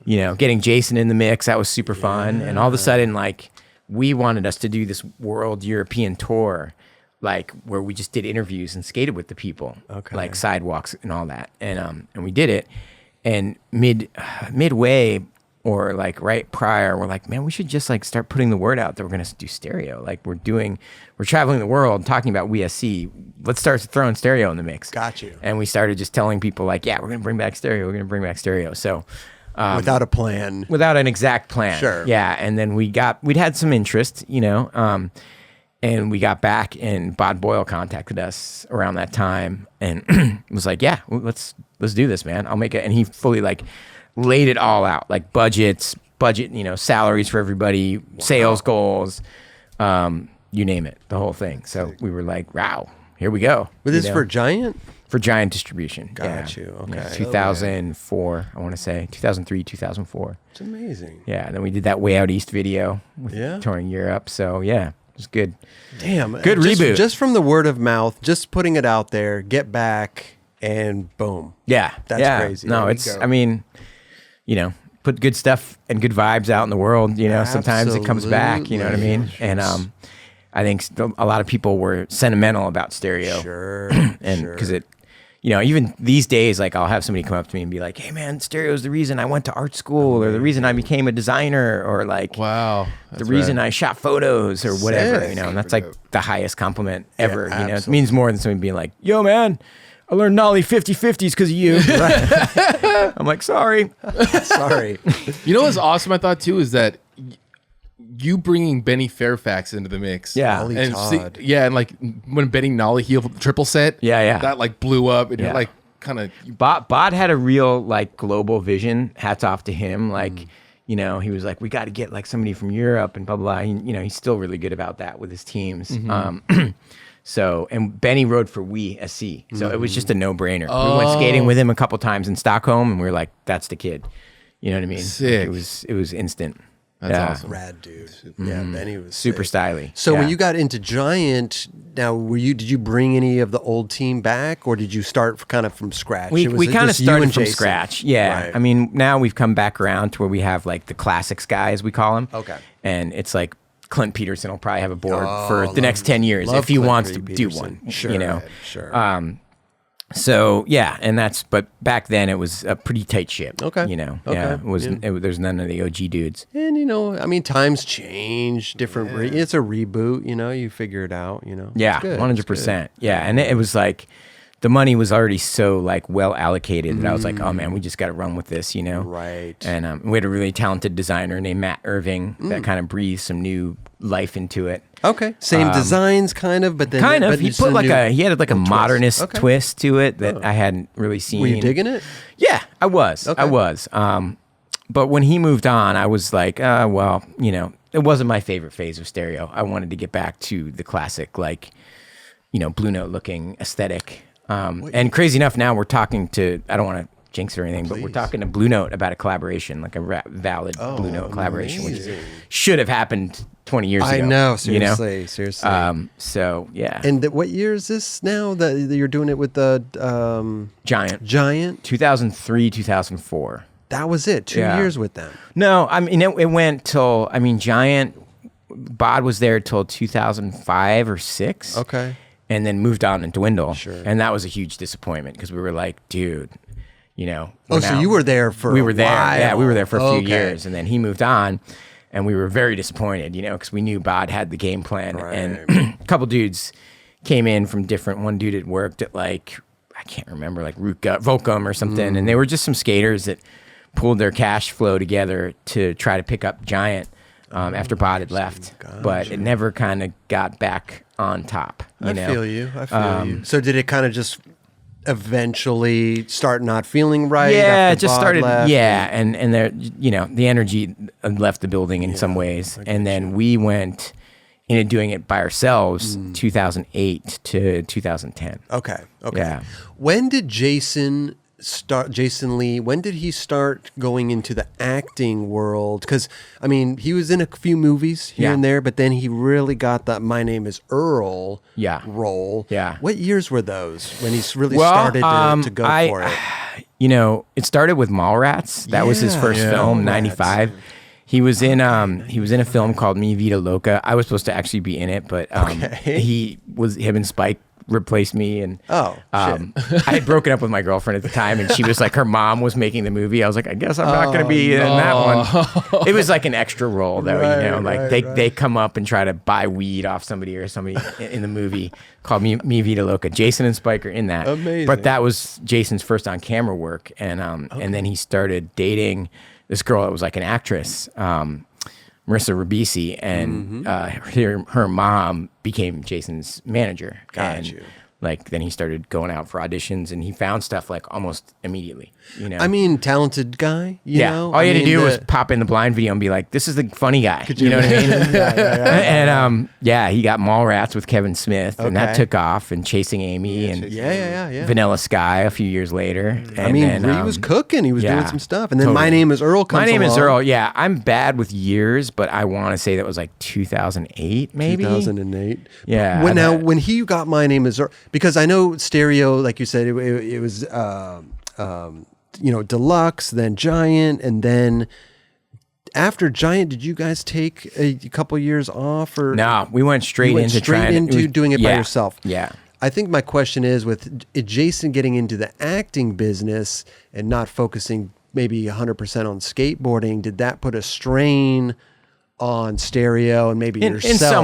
In some ways. I mean, because now you're kind of left not alone, you know, but you know, no, in some ways. I mean, Jason's always been sort of like, I mean, he's so charismatic that it's like really easy to make like Jason Lee graphic ideas and like just like come up with anything involving him, just because he's got such a strong like personality and such a strong vibe. So it's never been like a major sticking point. You know what I mean? It's like he's still involved in terms of like major creative decisions and stuff like that. Sure. But yeah, he's never had to like, work meetings and stuff necessarily. When he can make it, great. But gotcha. His acting thing was his main focus throughout the majority of since '95 on, pretty much. I mean, I'm sure as a friend, also you're ecstatic for him. Oh yeah, you're totally elated and everything. But I think when you're doing business with somebody and then they kind of go and find a new thing. Like, I could just only picture it being like, oh, man, okay, cool, he's doing his thing. Maybe we could sell more shirts or something like that. We tried. I mean, and there's been some bumps where, like, we've gotten a bump from Jason's, doing this. Like when he did the Coach Frank character in Tony Hawk Pro Skater or whatever, like, he'd wear Stereo shirts on My Name is Earl and stuff like that. So, yeah, it's, I've gotten used to it. I mean, honestly, like, for me, it's like sometimes the less cooks in the kitchen, the better. Like, especially with tight budgets. Definitely. You know what I mean? Like, I still, obviously, I want Jason to see everything and dig everything and be honest with me if he doesn't want to see something happen. But, it's often like, frick, man, we've got to come up with like next season's graphics, but we're like a month late already, or like, man, we want to use these 7 artists, but we can only afford 3, or whatever it is. So it's like, you ever say, Jason, I don't bug him. My name's Earl Money. We need a couple more artists, bro. Please. He's helped us out of a few situations. That's for sure. But that's definitely not the goal. We try to stay viable. As any business should. Right? Yeah, you can't be depending on that. And we, a couple years of doing it on our own, and Antics Distribution came knocking on our doors. Okay. Brian Howard was there, and old vert skater Brian Howard, and they were doing a few brands at the time, and like, convinced us like, yeah, we're the right partner. And for a little while they pumped some cash flow into it. Okay. And that was 2010 to 2000, I want to say probably 14, something like that. 4 years. Okay. Yeah, 3 or 4 years. Yeah. And we did the vinyl cruiser board that sold like crazy. Stereo had like its biggest year ever. Cruiser boards. You know what I mean? It's crazy. Yeah. The guy was from Australia, so I guess it was a huge like trend in Australia prior. So he kind of lined us up with it and was like, dude, trust me, this is gonna blow up. Gotcha. We were kind of like, all right, man, let's see. But sure enough, man, we had the biggest year of stereo sales ever, like 2013, 2014. But unfortunately, they like had they were trying to do a lot of brands, Thieve Trucks, Armadillo Belts and Wallets, a couple other board brands, and they were just spreading the cash too like laterally, like Stereo was the breadwinner, but it was getting spent to keep the whole building alive, so not good. And we had no control over that, so basically they like the dude just like ran out of funds and just broke out back to Australia one day, like barely a phone call. Yeah, the end of Antics, the owner of Antics. I don't want to name names, but dude just hit his head in the sand. It was like, I'm getting on a flight back to. I'm filing for bankruptcy, and I'm getting on a flight tomorrow. When they file for bankruptcy, does that affect Stereo? Thankfully, no. Okay, good. I was very concerned about that. Yes. We do work with a couple legal guys that are awesome. Okay. We don't use them very often, but they're there when we need them. Amazing. And I immediately picked up the phone, like, what does this mean? And basically, no. Like the brands that they license can keep walking, so to speak. Got you. Because that's huge. Yeah, man. I mean, it depends. Thankfully, our finances weren't super intertwined. I mean, obviously, we had to cut the budgets like immediately. Sure. But it didn't kill the brand. Got you. You know what I mean? Got you. So you took it out of there. Obviously. Yeah, and I at the time, I knew enough to know I didn't want to ship like wholesale and distributor stuff. Got you. And one of our attorney guys, one of our business managers / attorneys was like, maintain the website. That's going to like be your bread and butter in the future. And this was like 2014. And I was like, no way. No. I was like, no way. You're crazy. Really? He's like, yeah, your website is going to be like where you're going to make most of your money. Interesting. And I was like, it was 2 years prior to web sales actually. Like, I mean, Crail Tap was there early, but not a lot of people were selling stuff online. 2013, 14, and I was kind of like, all right, man, sure. If you say it's going to work, we'll keep the domain. Yeah, we'll keep the domain. And we kept the shop, the online shop, and the clothes license. And Syndrome was like, yeah, that's fine, that's cool. Like we're totally good with wholesale and distributor. So Syndrome Distribution does that side of it. So now in a license. You're with Syndrome. Yeah. You went straight from Antics to Syndrome. Syndrome was right there. Mertz was like a phone call away and was like, yeah, for sure. In the midst of all this stuff, and you're going from this distribution to this distribution, I mean, at any point where you're just like, dude, this is like getting crazy. Like, is this not meant to be, or what's going on? Or, I can see that being a little bit of like a heartache or something. I think that was more other people saying that to me and me being like, no, Stereo is going to be around forever. Gotcha. Like, that's awesome. Great mentality. I've never really doubted myself. Great mentality. I doubt myself on a lot of things. Stereo is not one of them.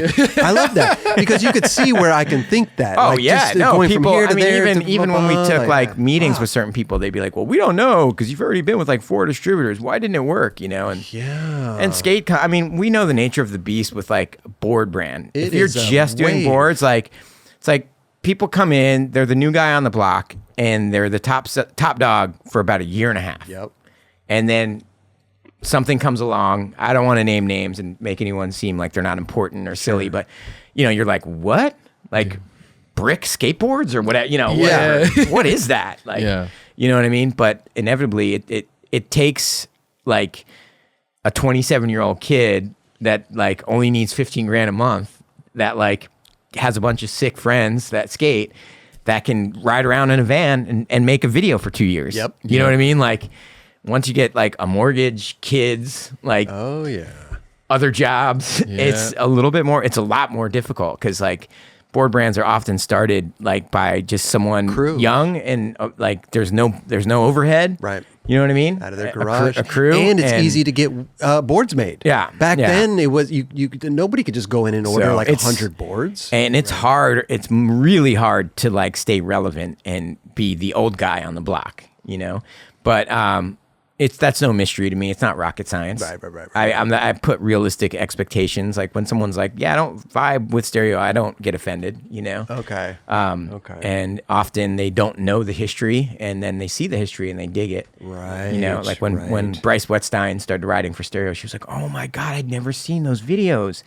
That is so amazing. Like she was blown away. And I was like, yeah, it's, it's like is that funny? Stuff that like, new startup companies are doing now, but it was 30 years ago, right. Not to float our own boat or whatever, but How did you get Super 8, still photography, sketchy graphics, like, hand sketch graphics and stuff like that. So we had a lot of firsts with Stereo. I love it, yeah. So for me, it's like, that's a lot of my motivation, and I just love the brand. Coming out of a family of like my dad being a musician and just the aesthetic of it. I mean, dude, yeah, if someone came and shut our doors and we physically couldn't do it for some reason, I'd have to accept that. Like, but yeah, I'm not giving up on it because it's like, it's basically, that's my art. Yeah. You know what I mean? Yeah, I mean, I have limited time to like paint actually. So what my brainchild is Stereo. Right. So yeah, man, I love it, dude. Thanks, man. I love it. And like you were saying, there's such a backstory. There's such a history, and all these new kids coming in. It's like, man, and I'm not bitter about it at all. It's just the nature of the beast. It's not bitter, but it's just like, damn, there's so much to learn. Yeah. And listen, I grew up in, the 90s. I missed a lot, but having the show, like I'm learning so much. Oh yeah. When I started the show, I couldn't relate. I didn't know nothing about nobody, you know? And like all of a sudden I'm having conversations and I'm knowing like you're saying something about Mike V. Yeah, I remember that. Mike V said that. Yeah. For sure. It's sure. Fascinating. It's interesting. You know what I mean? And it's exciting. Like, it's a challenge. You have somebody on the team that doesn't know the history of the, like, it's a challenge to be like a legacy brand. It really insane, is. But right? and it's it's a labor of love. Like it's often the the work I do outside of that, like the broadcast work or, consulting for people like Gotcha or whoever, like do a little bit of consulting for the Prime guys here and there, like just pick up side gigs, you know? Yeah, for sure. Make sure I don't have to like pay myself much from Stereo, basically. I mean, that's true. Yeah. It's owning a business is not easy. Yeah, that's one of the things that people don't understand. Easy. Like, if you are the owner, you're likely the last one to get paid. 100%. Yeah, it's a trip. Yeah. You tend to try to look out for everybody. And it's hard, man. Skateboarding is a very difficult industry, man. It's waves. It goes up, it goes down, it goes up. And trying to ride those waves and try to make a decent living, to pay people and this and that, like it becomes a burden and it becomes and it changes year to year. It's like, it's 100%. it's like giant days, like, graphic artists were making like $5-6 grand a month, and now, with the splintering of like, 100 brands, probably 40-50 viable brands, it's hard to carve out a $60,000 salary for an art guy. You know what I mean? If you're like a fledgling brand or even a legacy brand that's like, trying to stay relevant, not having like the top sales in the world. I mean, that's the thing. You got to look at all these companies. I mean, Girl and Chocolate were one of them. I mean, World and Zero for that matter, and all these companies, all the money was being funneled into these top companies. Yeah. And now you have hundreds of companies, so all that money is now being backed off and funneled everywhere. Yeah. So those top companies who have probably massive payrolls, massive overheads. Man. Yeah. Thankfully for us, we've managed to stay pretty lean and mean. Sure. Like that's the name of the game right now. So yeah, we're pulling it. And I'm not giving up anytime soon if I can help it. The point when was the point? Because you had mentioned Stereo took a hiatus for a little bit. What point was that? Was that was like 2001 to 2003. Till Giant, so 2000, right after Deluxe, before we went with Giant. That's what. Okay, got you. That's when, you were. And we were unsure, like, can we even do this without them? Like, I'd call Jim once or twice, be like, can we do it as a clothing company? He was like, I don't see it happening this year. So we were kind of like a little lost. And I was honestly moved on and was taking like 8 classes a semester at City College and was like, I'm just going to move on, I guess, until something comes back. I didn't want to bank on like, skateboarding. It's never like, it's a blessing if you can get a paycheck. We all know that. You know what I mean? Nothing's promised. No. You know what I mean? And if you think skateboarding owes you something, you got another thing coming. You know what I mean? You got another thing coming. So it's just a game of just like, like I said, the times I was most successful, I was probably the least concerned about success, So you just do what you do. Man. It's an interesting journey, man. Skateboarding, bro. Yeah. You gotta love it. You know what I mean? And you got to be able to say, hey, I might need to be a freaking caterer or a print model like these kids these days, or whatever. Like work at a restaurant or be a valet, or like there's who professional knows, skateboarders out there right now that have another job. Yeah. Oh yeah. They're quite a few. A lot of them. Yeah. And that's sad to me. Yeah, it's like, it's tough. Damn, man. Like this guy's passion, this guy's thing. He's super talented, and the poor guy probably has a board out. Yeah. And he's has to go fucking bust 100%. Tables. Yeah. Or something. I mean, that's why like I never try not to take anything for granted. Like a lot of times with like broadcast stuff or even meetings. People won't know who I am, at all. Like that, I've worked with tons of like broadcast people who are like, "Oh, you did a company?" So I heard, like, it'll be like your second or third broadcast. I'm like, "Yeah, Stereo Skateboards." They're like, "Oh yeah, so and so from the truck was talking about that." Okay, like, so I try not to bring baggage. Like I'm Stereo, dude, man. Don't you know who I am? Of course I'm gonna be late, bro. Right. You know what I mean? Right. It's like I don't bring that to any other gig. And I don't, if they sit somebody in the booth with me and he or her has no idea what Stereo is, I'm not offended in the least bit. I'm just like, let's do this. Totally. You know what I mean? You're hired to do a job. It's, you're not paid to learn the history of my company. Right. Yeah. Right. So are you doing do you announce other things too other than skateboarding? I did a few here and there. Yeah. Like I did a surf contest for Red Bull 5 years back or something like that. It's not, and I feel confident that I could do it. I was doing sideline reporting, which you can pretty much pull off for anything if you dive into it. Yeah. But I kind of, I do quite a bit of work with Red Bull.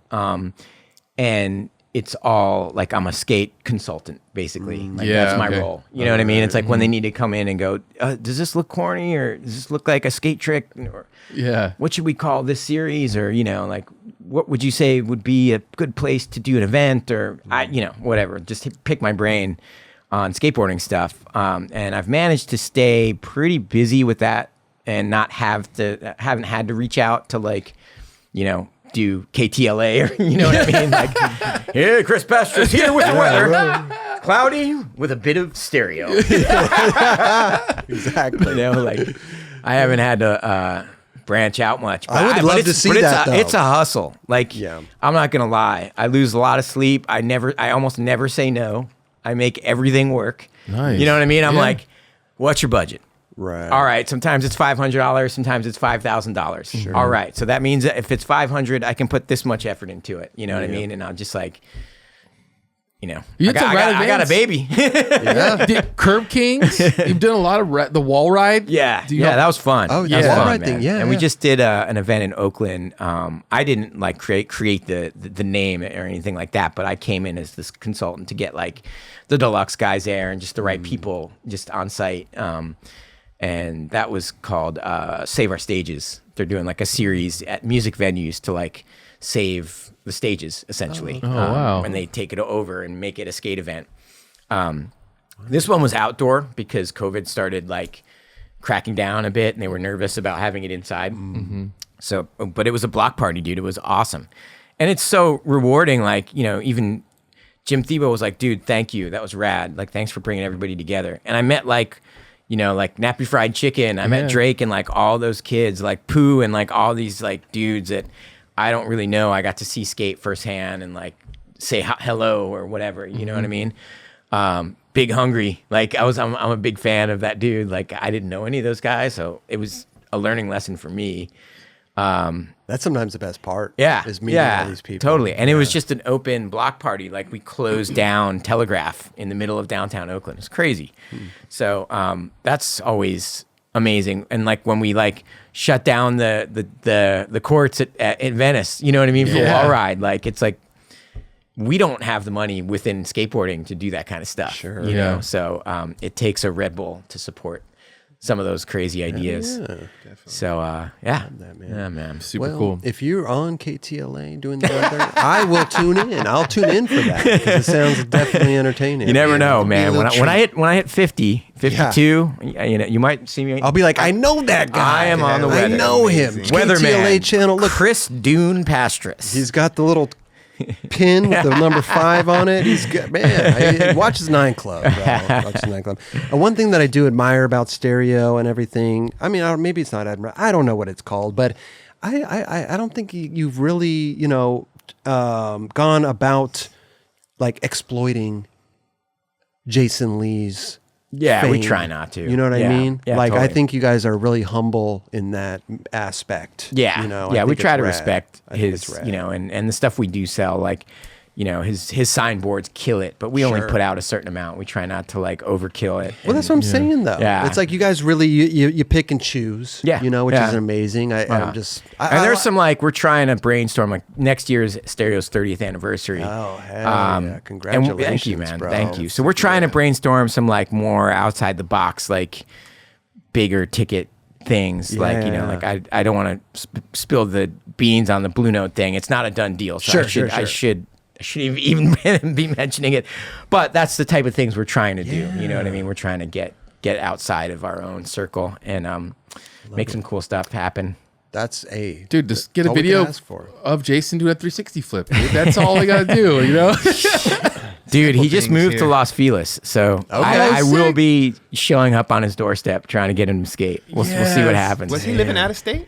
Well, yeah, for a long while. He was in Texas. Right, for 5 years or so. Wow. 5-6 years. And then he came back, but he's been in North Altadena. Okay. Like the Altadena Hills or whatever. That area. It's nice. It's nice. It's beautiful. Mm-hmm. But it's like a 30-40 minute drive, you know, and now he's literally like 5 minutes from me. Amazing. You know? So, pretty stoked. Get him out on those curbs, man. I know, dude. Let's see some Jay Lee curbs. It's funny because when he does touch his board, it doesn't take him like... He'll be on a board for like 10 minutes and do like a backside flip and a half cab flip. Wow.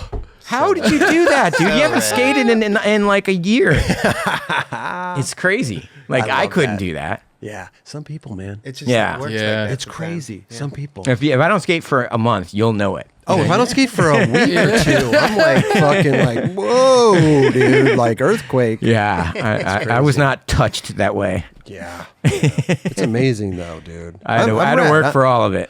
All of it. I'm stoked for. And so now Stereo out of your house, right? You're doing it. The web, at least, direct sales. Direct sales. And let me, what's, because sometimes that's freeing, right? Yeah. It's like you're doing it by yourself, your own hours, this and that. You can control a lot more that goes on.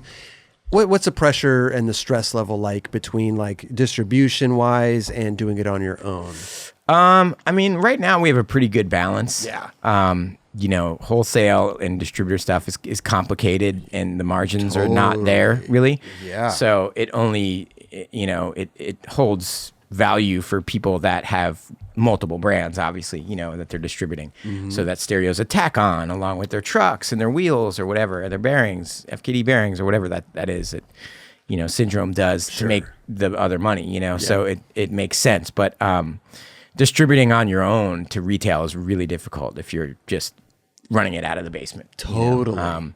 So yeah, and it hasn't gotten too extreme. I mean, I travel a lot, so we don't put up a ton of items. We try to blow through it, you know, like have our shipping day Friday and just get it all out and you know, keep moving. Yeah, because but we don't put a ton of inventory up there. Well, I think that's when I hear about distributions and stuff, like they have a timeline. Yeah. Right? They need to sell this by this date and this, that, whatever, catalog this. So I think there's more pressure in that manner of like, oh, we need Forster. Okay, we need this. Oh, we need board graphics, like all by certain like cutoff deadlines. dates. Yeah. You know? So, like I said, more freeing, maybe doing it by yourself. It is. It really is. Having your own control. Yeah, it really is freeing. And it's like we control, like there's months where I'm like, well, we're way behind. Like I got to hustle. And I we buy the boards from Syndrome. Okay. And they charge us a very reasonable price. But, you know, I'll be like, dude, we got to blow out like 50 decks on the site. We need the cash flow. Sure. You know, sure. But most of the time it's pretty organic. We just make our monthly order and, you know, pick what we want to have and what we want to sell. And I love that. Yeah. And I try not to like get too many dudes. Like me and Jason do the sideboard thing, but try not to force that on anybody else. If they want to, like if Matt Rod's in LA and wants to stop by and sign some boards, great. But I try not to like pressure the entire team to do that, you know? Right. It makes more sense for you guys. Matt for sure. Oh, dude. Right. We'd love to have Matt sign boards, but you know, let's say a Yoshi or somebody, it's like, just go skate, man. I'm not going to make you sign 50 boards. Yeah. Right. Right. Although they would sell. They would sell. Yeah. Man, no, it's true. It's true. Not to say that we haven't. But sure. But it's just we put the onus, most of the onus on the collectible stuff is between me and Jason. Right, you know? right. And that stuff that seems to be going right now. Like the collector stuff is like pretty heavy. It's almost like two different brands. You know, it's like we have the modern brand with a team that can be sold to wholesale, and then we have this like little like hustling website where we put up personal stuff, signboards, you know, whatever. It's becoming like normal. Sorry to cut you off. Please. It's becoming seems like somewhat normal. Just for like you see what Chad Muska's doing. You see what like Jamie Thomas is doing. You know. Yeah, like even these old Shut boards, I was wondering to myself, like, man, what would I price those at? Like, I'd have to probably do eBay if I was ever going to let him go because it's like I wouldn't. I don't even know. I don't even know where to begin. Yeah, like when I first got them from my mom's, I was like, yeah, maybe I should sell them because like they've just been rotting in my mom's basement, but. Then like looking at them finally and being like, oh man, I can't let go of these. But you know, let me ask you a question though, because like, first of all, what made you keep these boards used? Because I collect the stuff, my friend's stuff and my stuff, right? New stuff. Yeah. For some fucking weird reason, I kept my first board, which was a Jason Lee blind board. Wow. I don't know why, but I have it. Wow. And I don't know, there's no rhyme or reason. I don't know why. But it's the only board used that I've ever kept. When I skate a board and I feel like I properly skated it, I've always had a habit of saving it. It's bizarre. Okay. So you like even in the aren't SF the only days. ones. No. You got more. Like and even in the SF days, if I like had like a really good session. I don't have as many from the 90s as I wish I did, but you know, like at least I did it early on, and I've done it for like the last 10 years about where like if I skated a board to death or like had a great memory, I like save it. You know, so I have so many used boards. It's a trip. Wow. Yeah, okay. I run out of room sometimes. Yeah, I was gonna say it's a lot, so it makes sense that you kept those. Yeah, because you were already kind of in that nostalgia. Yeah, unfortunately, I didn't keep many new ones. I wish I did. I have quite a few new like stereo boards from all eras, you know, but I don't have a lot of the world stuff. It's crazy. I think some of the stuff I had, but it got stolen by an old roommate or an old roommate's friend because I all of a sudden noticed like a fifth of my board collection missing. Probably you buy weed. Yeah, it was a dude, and he straight up moved to New York, and I was just like, I called once, was like, dude, do you have any idea what's up with like a fifth of my boards missing? He's like, no. You know, I'm like, okay, what am I gonna do? Call the cops? Yeah, right. I don't know. Right. Nowadays, like we were just talking, like a lot of the retro stuff and everything, reissues and stuff like that. How does that? I mean, how does that even work? Because you guys been through so many distributions. Do you have like most of the artwork? Yeah. And how does that Yeah, work? I mean, it's the company that owns it, basically. Sure. You know, the licensor, if they pay for everything and they want to own it, they can. Got you. But we've been really smart the last 10 or so years about all of our deals stereo owning the masters, so to speak. And it's a licensor thing. If you let that line be really blurry, it can be really dangerous because then you've got to argue, and the distributor's like, I spent this amount of money, like, you know, and BOD bailing might have been the best thing that ever could have happened to us moving on. Interesting. Because, you know, stereo marketing was covered by Giant a lot in that era. So if BOD was still there and Giant was still viable, they could have had a play at us to say, hey, we don't want, you can't go anywhere. We're paying for everything. But what about even from the 10 years? You said 10 years, but what about even the last 20 years? You know? Well, there's a statute of limitations type. But even thing. the artwork, how do you even have stuff like that? No, we recreate it all pretty much. There's very few things, and it's usually a phone call to like a Tobin or a Gabe or Todd Francis or Christian Cooper. Hey man, we want to remake this thing, or Jim or whatever. You know what I mean? Okay. And yeah, they've been super gracious. You know what I mean? We've tried not to like milk it. Yep. And a lot of the stereo boards are super. Like for the most part, like the Jason Lee pipe board or like, you know, the Tobin photography board right there. They're very simple. Yeah. You know, so it's like, who do we like? Tobin's the only person we owe something to. You know, it's so simple. Tobin you know, Yelland is and the Jason Lee pipe board came from an old cigarette pack from like the 1930s or something or 40s. And one of the things as I became like a designer and started like getting educated about stuff, you know, it's like there's a statute of limitations on that stuff. Like even we used records from like the 30s on the stereo intros because after 50 some odd years, music becomes, what do you call it? Public, basically. It's the same thing unless you constantly renew your trademark. You know what I mean? And are like active. If it's the legacy of Louis Armstrong or something, no. But if you find some like thrift store classical records or something like, and that the company is totally dissolved, like play it in the background of your video. There's no one like holding on to the mark. Like you could use like Mozart stuff and maybe certain things not. like that. I think things that are more obscure. Oh, you know? Gotcha. Yeah, that are more obscure because I'm sure someone's handling Mozart's estate, but and we just tried to like tweak it. As well, like a graphic. If we're doing a cigarette pack and it's like a Newport logo, we try to change it enough to where it's not spot on. Exactly. You know what I mean? Exactly. It's just sort of like inspired by. Right. You know? Right. Yeah. Man, it's cool, man. It's cool to look back. I mean, 30 years. Yeah. That is. Yeah. I mean, listen. If you're in business 2 years, it's impressive. You know what I'm saying? Like, 30 years, bro. Yeah. That's a huge this one's congrats. out of college. Wow. The whole bit. Got a couple kids. You guys been doing it for a long time. Yeah. Dude. I'm stoked that you guys really kept it going and Thanks, man. kept the legacy. Dude, same with Girl there Chocolate. Seriously. Much respect. 28 years. Much respect. Wow. It's going to 28 already? Yeah, I think. Yeah, Meg posted about it 2 days ago. Wow, man. Dude. It's pretty amazing. Dude, yeah, it's crazy. Bro. It's the passion. It's the passion. It is. You know what I mean? And once that leaves, you know, we'll probably be done. But a lot of it too, it's like it's the passion. It's also, as Brian Wenning would say, it's for the culture. Yeah, you know, 100%. A lot of it's like culture driven too. Yeah, you know. Yeah, and I know with us and bringing like jazz and Super 8 and 16 and film. Like, yeah, we're obviously inspired by a lot. Like, you know, like I was saying, like we might find an old cigarette pack or something, but we're appropriating it and bringing it back to a culture that's never been exposed to it. You know what I'm saying? So like, and now we're actually, skateboarding is large enough where we're trying to contact John Coltrane's estate. We're trying to contact Thelonious Monk's estate. You know, like we're trying to do it the right way. It's just, it's just happening. It's just happening slow. It's because it takes a lot of work. I'm sure. But yeah, it was just the fact that we knew we were exposing so much cool stuff that we were into to this generation that otherwise would never have.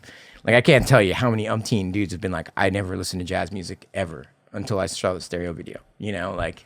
I mean, the same thing with, any music. I mean, I've gained all my knowledge of music and bands and stuff through skate videos. Yeah. Totally. And it's crazy because we used to just throw a Nirvana song on a video or like copy a Nirvana graphic on a slip bottom board and anything went, right? Yeah. Like in the 90s, no one ever got permission for anything. No. So now you get flagged right away or you get fucking. You get cease and desist, really. And it's, you know, and we're starting on that journey, and thankfully it's been going pretty darn smooth. Like everyone's like receptive. Amazing. So, yeah, dude. Hopefully it keeps going. Listen, it's going to keep going. We're going to go 30 years, 35. We're going to go 40, 45. I feel like a auctioneer right here, bro. We're going to 50. Yeah. No, it's great. You got the golden voice. That's going to last you another 50 years. Buddy. Well, listen, I got to drink a lot of throat coat tea. I know you probably know about the throat coat tea. Yeah, it's great, bro. Oh yeah, it's great. Oh yeah, lemon. I've had to do that at the hotel rooms many times. Yeah. Sound a little gravelly now. I've done a bunch of events. Yeah, you know what? It's funny because talking, it really is it takes it a lot out of you. You know, yeah. It really if does. You're doing it right, if you're giving yourself to it. Well, and it's like if you're like, I don't know, it's like if you're at a contest and you're really into it and you're really trying to talk to the skaters and you're really trying to get information and you're really trying to react to your co-hosts and you're really trying to be present, like afterwards, it feels like you did 7 demos. Oh, you know what I mean? Like you're just like 100%. I just want a burger in the room. Yeah. I want a Sprite, maybe a Bud Light. I want to watch Sports Center.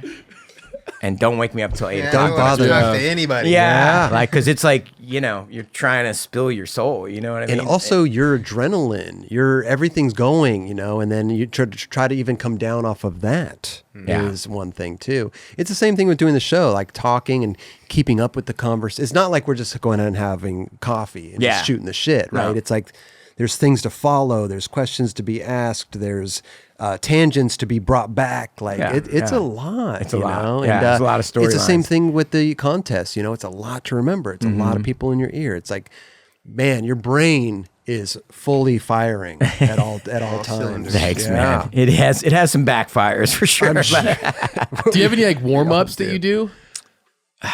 I mean, Ron Burgundy style. Like if I can manage to get on my board for a minute before I go, like if I show up at a 9 a.m. meeting, I'll pump around the course and just get my blood flowing. That's good. Clear your head. Clear your head. Yeah.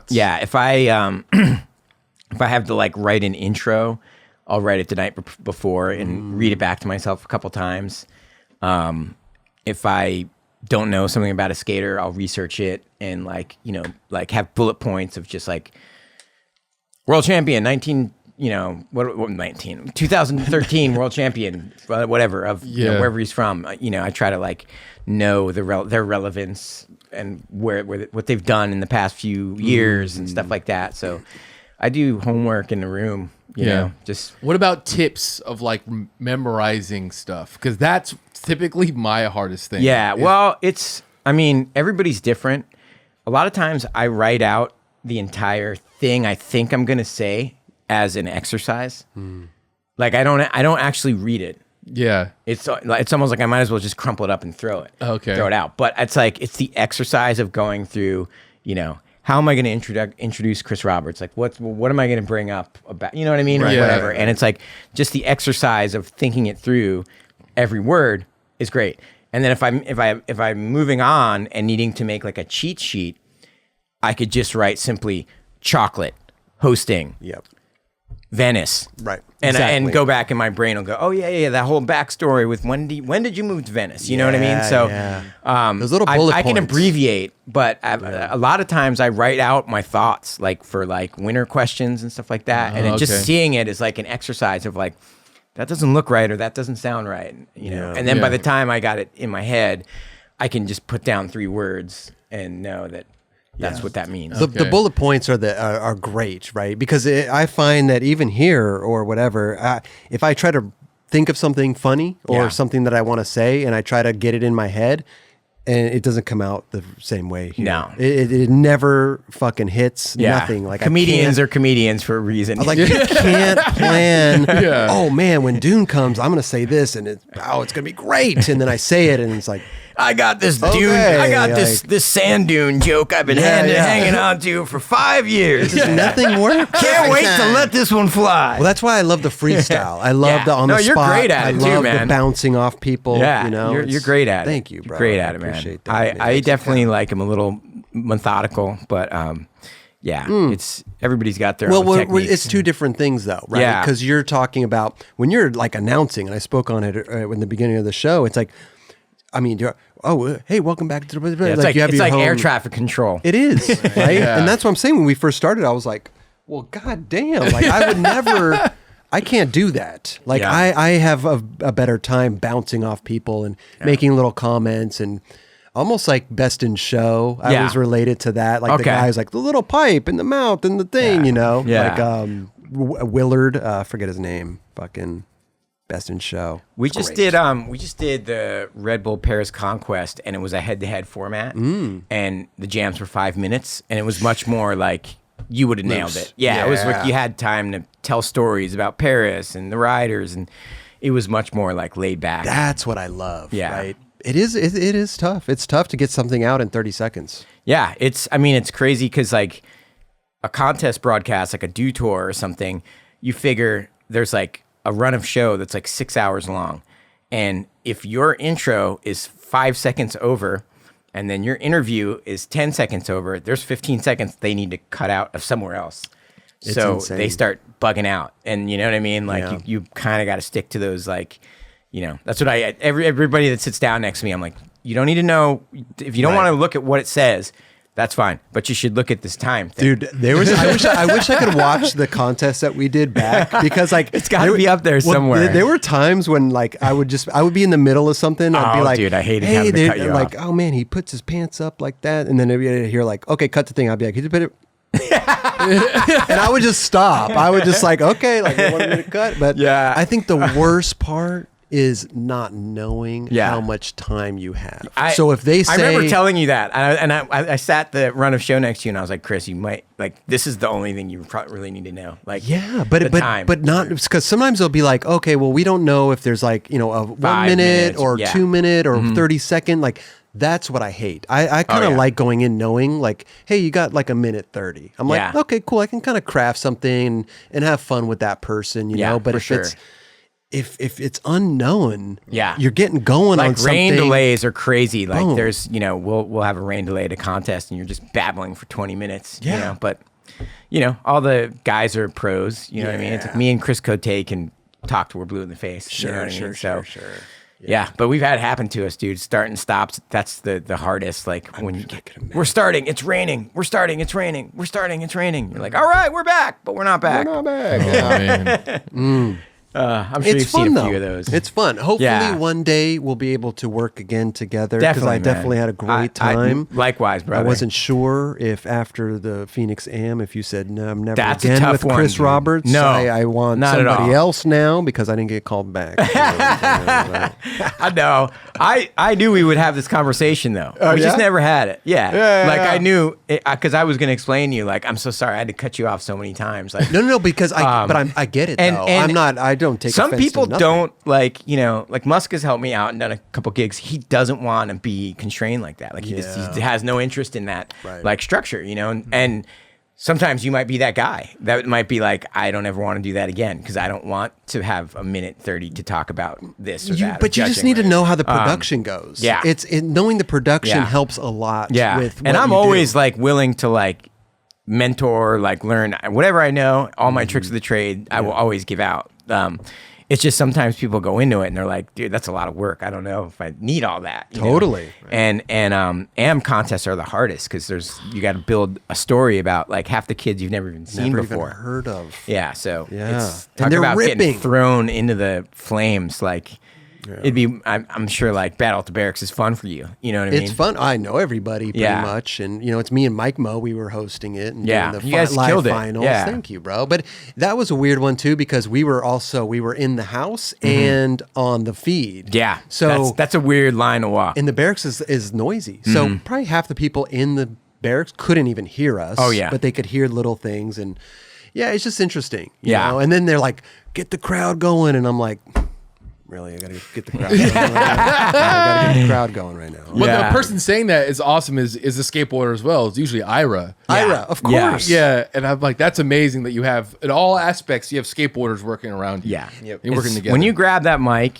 and if you hear your voice over the loudspeaker, you totally change the approach.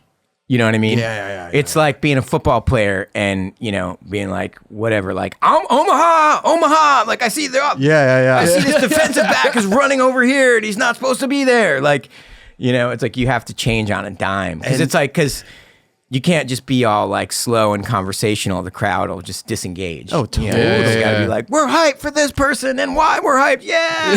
Starting. You gotta bring all this like 23. energy. You gotta bring all this energy that you wouldn't have to bring if you were just live to the web. And I don't know if I like that house vibe. I like it's I like the different. I'm a mellow guy, man. I'm not trying to fucking go right. That's really turning it on. That's really turning it on. Mm-hmm.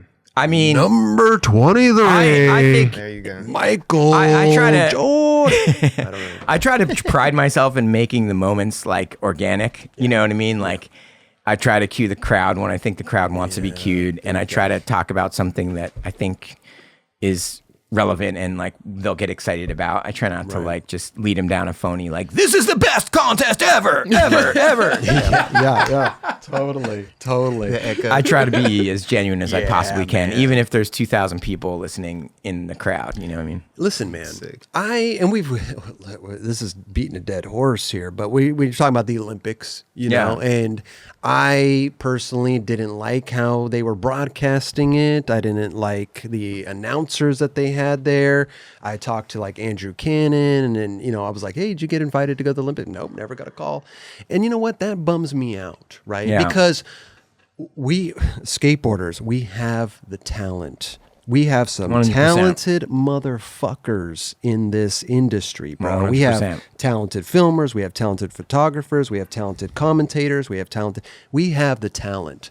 And to not be invited to help out with telling skateboarding story, telling the culture of skateboarding, the core of it, the people thing. And, they had these broadcasters there that were they were listening for the house announcer to announce the tricks, and then they would repeat that, and they were calling people Steve Caballero and all that. I was like, yo, what am I watching right now? It was crazy because it was like two different feeds. There was like that, the world I felt feed. like there was 100 different and then feeds. there was Zitzer and Todd Harris. That's one I didn't see. They were good. Zitzer killed it. Zitzer killed it. And Todd's just smooth. He's like super pro. Okay. So they were actually good, but they only did the like 30-minute NBC shows. Right. So I think anything that you saw on CSNBC or NBC Sports or whatever, like the 2-hour versions, it was a couple dudes I never heard of. Exactly. I don't think. That's the one I didn't even say their names. I'm not even sure who it was. I mean, either. But, you know, and they had like Leticia, she was like, oh man, the people in Brazil, like the announcers were killing it. Like just, they were skaters and they were like doing such a fabulous job. And I'm sitting here like, dude, our shit what happened sucked. To ours? Yeah. Like our shit sucked. And the fact that nobody in our industry got asked to do it besides Zitzer and whoever else. So it's like, it just bummed me out. Listen, okay, cool. First time, maybe you learn your lesson, right? For sure. You work out so hopefully next time, because people were like to me, like, you should have been. That, and I'm like, I don't care if it's me. I don't care. Get some representation in there. No, for sure. What is so funny? Because I'm imagining you going to the Olympics, like, hey, so what color do you like? Like, you know, like talking about like the color. Listen, that would be funny. Like, I think I would turn it on a little bit more for the Olympics. Hey, but so you know what I'm what place would you like to get today at the contest? Yeah. 7th, 3rd, 4th, maybe 1st. I agree. It was a little, bit like underserved for skateboarding. It was just disheartening. Hopefully that'll change. You know, with this being the first one. Right. Hopefully they'll put some trust in the skateboarders. I get it. We had the talent. It was crazy. Like I didn't know. I got invited to go to Rome. You were in Rome. I got that call like 5 days before the event. I was like, wow, really? Like the national or the global championships? I got the call for the nationals like 5 days before the event. Damn. You know, it goes that way sometimes. You know that, right? Yeah, like, for sure. I think it's like they put everything into place. Like we built the course. We split it over the budget. We got the prize money. Oh, the hosts. Yeah. You know what I mean? Like sometimes it's like one of the last pieces of the puzzle. Well, they asked at first, they were like, hey, Kelly, can you just host this? And I was like, what? And then I heard that you were coming like, dude, have Chris do that. He's the man to do that. I don't want to. You're good at that. That's what you do. But that's what I'm saying. We have the talent. Yeah. We have the talent. For sure. Dude. Like, for sure. And the fact that Tony Hawk was there and didn't do any like announcing. I thought he was going to be on there. Yeah. I don't. It was just very disheartening. You know, because they're hyping this thing up and there's such a story to be told. It's not about skateboarding is great and it's this handful of people that are being on this world stage, but there's so much more. There's so much more. There's so much more. And these guys they can't comment on that. Yeah. I mean, it seems like there was a lot of like Red Bull making content and Dutour making content and all these different people making content pieces around the Olympics, but hopefully they themselves will step it up next Olympics and be like, we're going to create all that content. You know what I mean? And get all that storytelling out. So they did a lot of storytelling on Nyjah, right? Nyjah got 7th. You know, he didn't even make it. So there's so much more to skateboarding, 100%. And that's what really was disheartening for me. I'm like, damn, man, they really did a disservice to our industry and putting us on this stage. And wow, dude, let's do better. I gotta say, it's as much as I like it and I'm a fan of it, I think the general audience gets really confused by the 254 format and street. Like just general nonsense. Well, it's, you get 2 45-second runs. Sure. Then you get 5 best trick attempts, and they take your top 4 scores. There you go. And for the longest time, Dutour, we were on it, and I was realizing for a minute, I'm like, so Yuto might be all best trick because he bombed his runs. That's usually how he is. And I guess like Paul was telling me it was the first time it ever happened that somebody won with only best trick scores. And because I kept saying it on the broadcast because I was like, interesting. And I was trying to make people understand like, okay, he didn't land his runs, but he's still in the contest, or Nyjah could come back from that fall this way. And maybe I think people get used to it if it's beat down in their head enough. Yeah. But it's just so much more easy to understand a 45-second run. Right. It's like ice skating, figure skating, roller skating. You know what I mean? It's like, oh, the dude's doing a Perrier and then turning a corner and she's hitting a horse and doing a backflip and then she's done. Everybody claps. Yeah, for sure. But like when it's like, wait, there's the stopping and there's the starting and I'm confused. There was a run and now there's one trick and it's not, it's like people... I got all that feedback from a lot of like non-skaters. Okay. Not necessarily skaters, but a lot of skaters saying, I think we're confusing the audience, like. Right. I mean, I'm not like by any means a contest organizer. I don't claim to have the answers, but I just talking in general, broad stroke terms, like following a park event with like 3 runs, best one counts, is so much easier for my mom to understand, or my girlfriend, or my fiance, or you know what I mean? It's like someone that's not a skater. And I watch these different events on the Olympics, like rock climbing, Okay, cool. Fastest up to the thing, ready to hit the thing. Cool, I get it. Right? Head to head. Move it head over to head here is to really easy to understand. Sure. Like even the head to head jam we did in Paris. It was like, okay, one guy moves on and just keeps showing the bracket. So interesting. But it's a great formula. It shows for great skateboarding. Yeah. I just don't know if people that don't do our sport will digest it unless it's like really broken down over and over. And that's the thing, is I harp on it, but I know that it's the first time. I just want them to hopefully, whoever's doing it, and I don't know if it's NBC or whoever has in control, like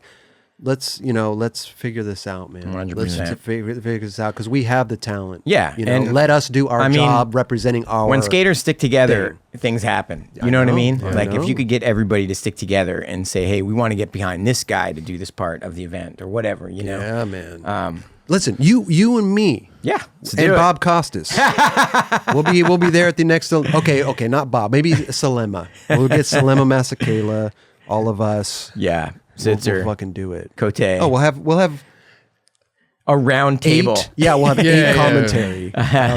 No, but I don't know, man. It's it was disheartening for me to hear all that. No, I hear you. And if you've been carrying this, you're right. I'm still carrying it. I'm still carrying. And it's a shame that they didn't build up many stories, and pretty much the only one in street was Naija. So I felt bad for him. I'm like, wow. The stories that got told after that with the Raisa and like they were having Margie and everybody. Sky Brown. Yeah, it was great. Yeah, it was great. The one thing I wanted to say about the 254 that's confusing is like, I feel like the runs section of the 254 is so much harder to do a run. That's a higher score. That should be valued something differently than the single tricks. Interesting. Does that make sense? Yeah. Where like you should. Yeah, you should get more than if you get a 9 for a switch heel flip 5-0.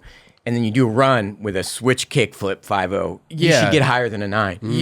Or whatever. It should be a way like to figure out if you don't fall. Yeah, it's like so maybe the street should be out of 100, or the run should be out of 100, and then the other one should be out of 10. No. I see. There's just something to talk about there. Like I don't think the drastic score like that, but maybe.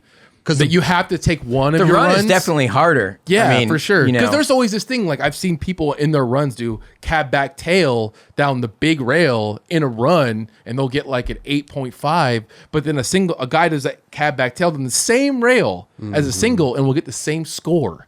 Yeah. Like in a run. He did it in a run, and they'll do it as a single, get the same score. You're like, yeah. Well, I think they feel like then they have to stick with that score. Yeah, and you're like, well, there's got the cab back tail in the run flawlessly is definitely score better than a single, like that's a single, right? Yeah, to do it in a run. Yeah, but that's how a lot of that stuff is how it works. You're like, there's something we're missing here. I feel like there's some sort of scoring that we you need to take one run score and then like 3 other scores. I don't know what it is. Yeah, I don't quite have the answers either, but I know runs are just so much more easy to understand. Yeah, totally. For the general public. Did they?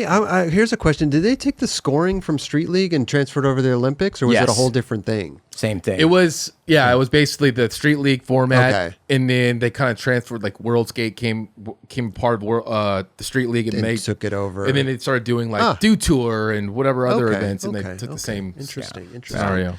Yeah, there's a lot to figure out, man. Yeah. And listen, at the end of the day, it's just skaters running this shit. Yeah. You know what I mean? Which 100%. Is amazing. Totally. So I'm just, hopefully they in the next 3 years they could figure it out. Yeah. And I'd love to see you out there. I'd love to see. Hopefully we'll be working Cannon. Together. I mean, I'll be. Listen, you too, Kelly. I'll run around for 20 minutes, fucking finding people. I'll leave that to you guys. And again, if it's not me, I just want somebody. I want our representation. I feel you. There. No, it means a lot to us, man. It's our integrity. Exactly. We built our lives around this. 100%. I think they'd be impressed, or the Olympics would be impressed what skateboarders could bring to the table, like production wise. Like you have Ira putting it together in the back end. You have the commentators like you guys announcing. Like there could be a lot. Like I could see you on the running around talking to the people. Yeah, totally, 100%. I mean, definitely.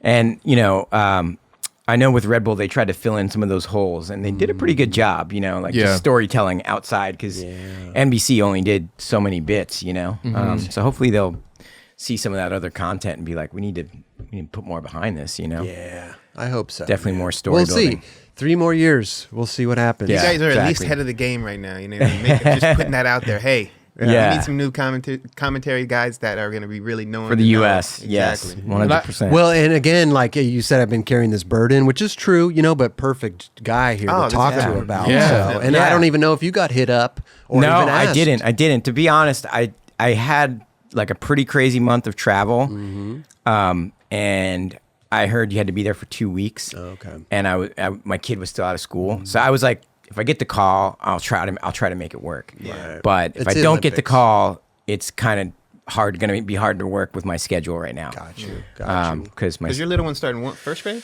No, second. Second grade. Yeah. So he just started last Monday, but it was just the timing was off, and I'd gotten like the nationals, the globals, Dew Tour. And I had a little run where I was doing quite a few events, and I was kind of like satisfied somewhat, But hey, if Olympics wants a call, I'll take the call and I'll be there. You know what I mean? I'll make it work. Let me ask you a question real quick. But I didn't like search it out or. No, but I mean, what I'm saying is like people should have gotten the call. Yeah.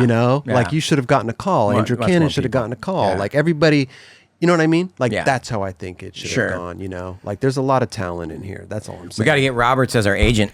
Well, listen, I can do that. I could do that. What do they take? 10%? Listen, here's a question though. You do all these contests, right? And I assume they always have, are you teamed up with somebody or do they always have somebody new alongside you? It changes, but I mean, it's a rotating cast of like a dozen dudes. Because here's the thing is I don't know. So like Corbin Harris, for instance, like we've worked together 3 times, I think now, and we were together in Paris. Flo Marfang was brand new, killed it.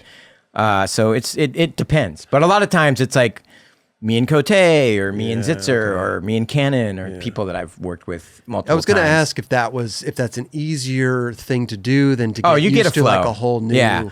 No, me and Corbin click. Like we know when to not step on each other's toes. Sometimes it's, and they always say like when we get there, sometimes they're like, let it be organic. Don't have a play-by-play, which is like a lead and an analyst role. Sure. Don't have one. Just you guys just have fun. Riff, yeah. And I'm always like, that doesn't work because every time a skater drops, you're all looking at each other like, is Dron going to introduce this guy? Is Chris going to introduce this guy? Right. Who's going to say his name? Right. Who's going to say the score? Like, and then who's going to tell the backstory? And you wind up just flubbing and stepping all over each other's toes. If you know, like, okay, like you're the lead here today, you're leading this show. Right. I'm basically an analyst. I'm here to give you my opinion. I'm an opinion maker. Flip it though, because I don't want to be in the lead. I want to be the caller commentary guy because I think that's my strong suit. Like I already know where. I'm just talking about today, but I'm saying in general. Right. Yeah, in general, there's like a lead, and I was like, let Corbin take the lead. He's really good at it. Okay. Like, all right, welcome back to. Red Bull Paris Conquest, we're here in front of the Eiffel Tower. There's 2,000 fans ready to see some skateboarding. Just the general sweeping descriptions. And he's really good at it. And it's like, so Chris, what should we expect to see in this next heat? Yeah. Boom. That's where I come in. You know what I mean? And that's what I enjoy. It's a more. I think you're great at both. Thanks, man. I think you could really, you lead the show, tremendously, Thanks, man. It's, like I said, it's not something that I don't think I would.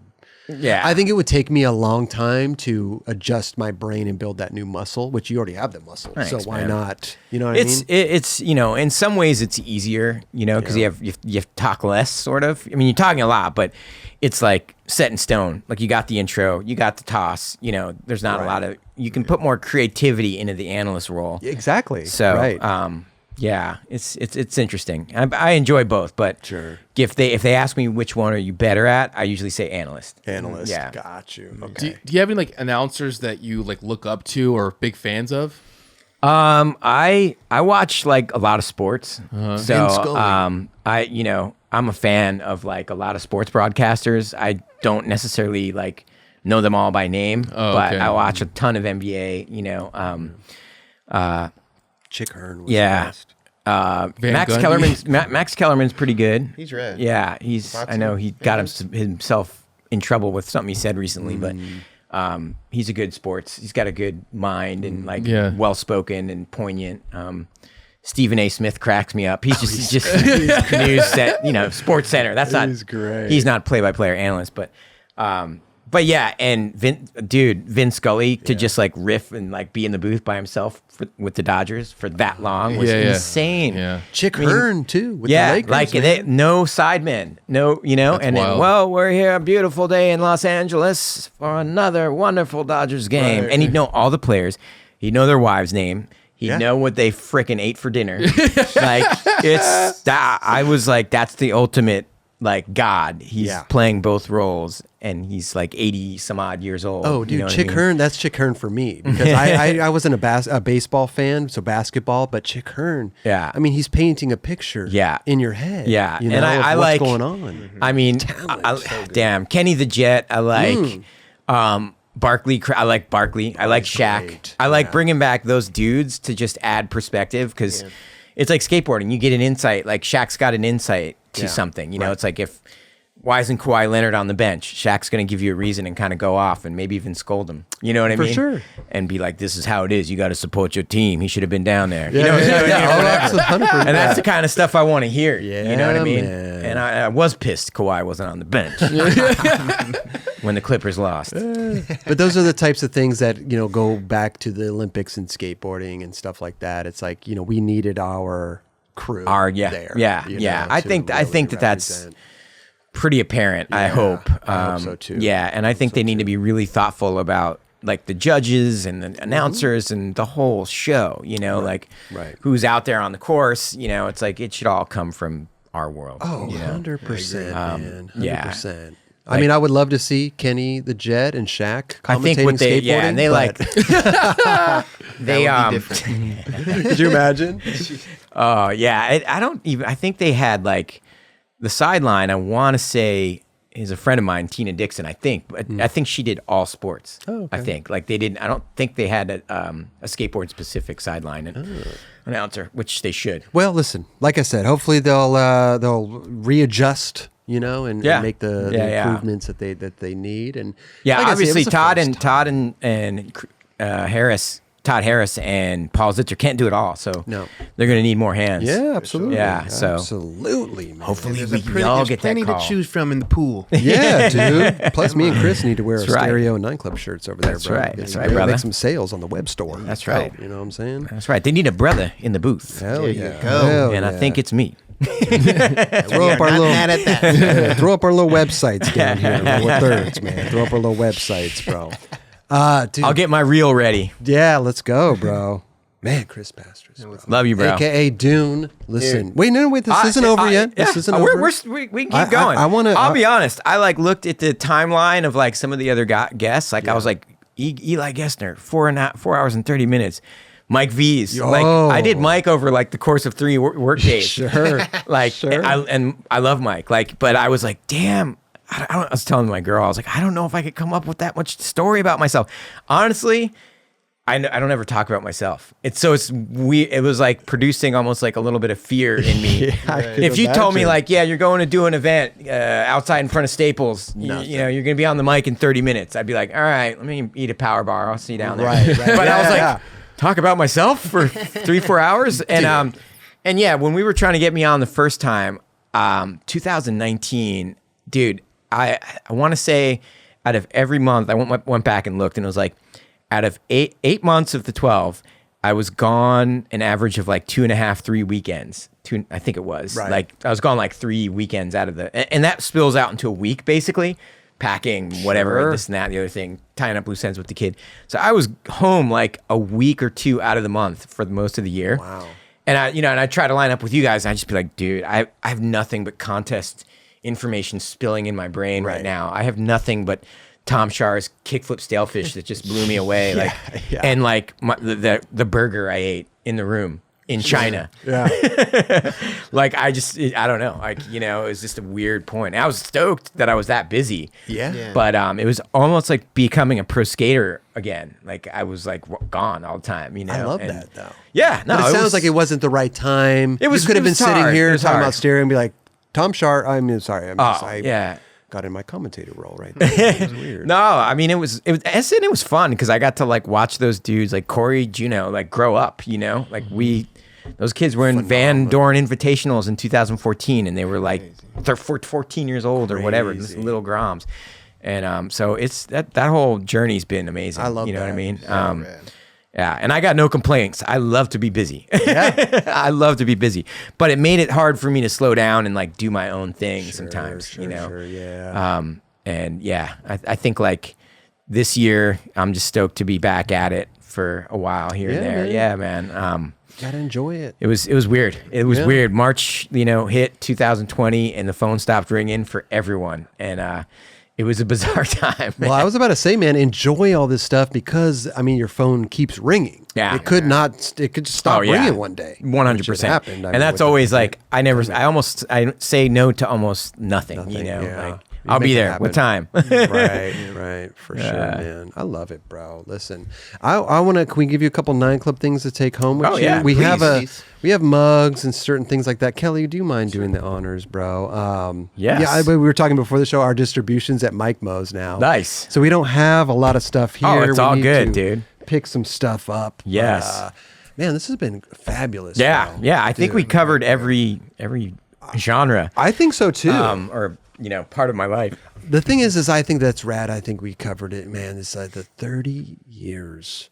Yeah. That is wild to me. Yeah, that is I'm really wild, stoked. bro.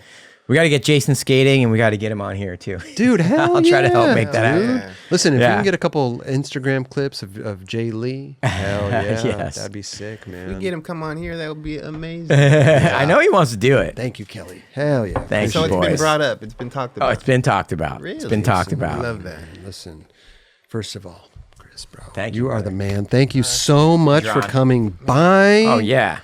We have know a couple things here. This is from our old run. We need to get more of our new run here. Another skater, Scott Kane. Scott Kane. Thank you, Nice. Kelly. He has his water bottle company, Highland Peak. So Yeah. you get thirsty out there. Dude, Summer's right there. We thank got a 9 you. Club water bottle Thank you for very you, much. bro. I use Also- these a lot at events, Hey, and this they is come in probably handy, the pimpest one I've ever had. Thank you, bro. We have another Yeah. one. It's all black with laser I like etching. this. We'll get you. Okay. I like this. Okay. I was gonna say we could send you a box too. Send you a box. Our patented Ooh, 9 Club yes. switch flip Manny. Yes, mug I'll get all right over there. that. I brought Hell one of my favorite mugs. It's got me and Dooney, my Look at kid. that. He's on a Oh, scooter. rad. But I love that, Yeah, bro. it's Rad. and it's got the family, Hell yeah. and then him on Halloween. Okay. Yeah, So Well- I'm a mug collector Oh, basically. cool. So Cool. love it. I Thank appreciate that. One more thing. This is Rogers Morningwood candle. Nice. It's a candle. It's a Oh, candle. okay. It's not as actual Oh, morning wood. sweet. It's scented. It's scented. But I don't know if you like candles, but that's a great. This is awesome. Yeah. I man, we love have sandalwood and much, much more. Yes. It's got the much essence of Raj. I love it. Light it up. Just call it Essence Day Raj. Light it up and just think about him. Raj. Think about him, man. Essence Day Raj. Dude, this has been great, dude. Hey, listen, we also have our stop and chat show. We go over clips, we Let's talk, do it. we just hang out. We don't have to go through the whole timeline and all that stuff. I really enjoy it. Yeah. Come Thank you back guys. Thank you, anytime. Raj. Thank you for the candle. Kelly, yeah. thank you. Thank you, dude. Yes, Chris, thank you. Bro, again, we knew it once was again. going to happen. Jerome, I love it, man. Love you, I brother. love it. Love both you And guys. again, I hope one of these days we get to sit in the booth again together Yeah. because I really did have a great time. I love Yes. watching you do your Dude, thing. And, I'm putting you on my it's really list. Fun. It's fun. I'm putting you on my list. It's fun, bro. I got a couple things coming up. Okay. Yeah, they might be do you live usually- event. That's There's cool. I don't. But do you usually choose who is your side? it's hit or miss. 50-50. About it's you're stoked when you're the first one that they call. They're like, who else? You know. Yeah. But it's not every time. Yeah. Well, I would enjoy it. It's I fun. gotta stop saying Trust me, I'm like 2 minutes left in this jam right now. We've got a Oh, jam you do- format. And, But that's the thing. Once you once you notice it, Yeah. you can kind of control it a little bit. Yeah. But Somewhat it's it's hard. hard, right? It's all good. I don't know what's worse, or like. Like 100% all words. I say way too much, but hey, I'm just here to share the love. It doesn't matter. That's the end of the honestly. day. And the crowd, skateboarding. I love you. I wouldn't want to do anything else in this world. I'm right where I want to be. We're so blessed. So awesome. Yeah.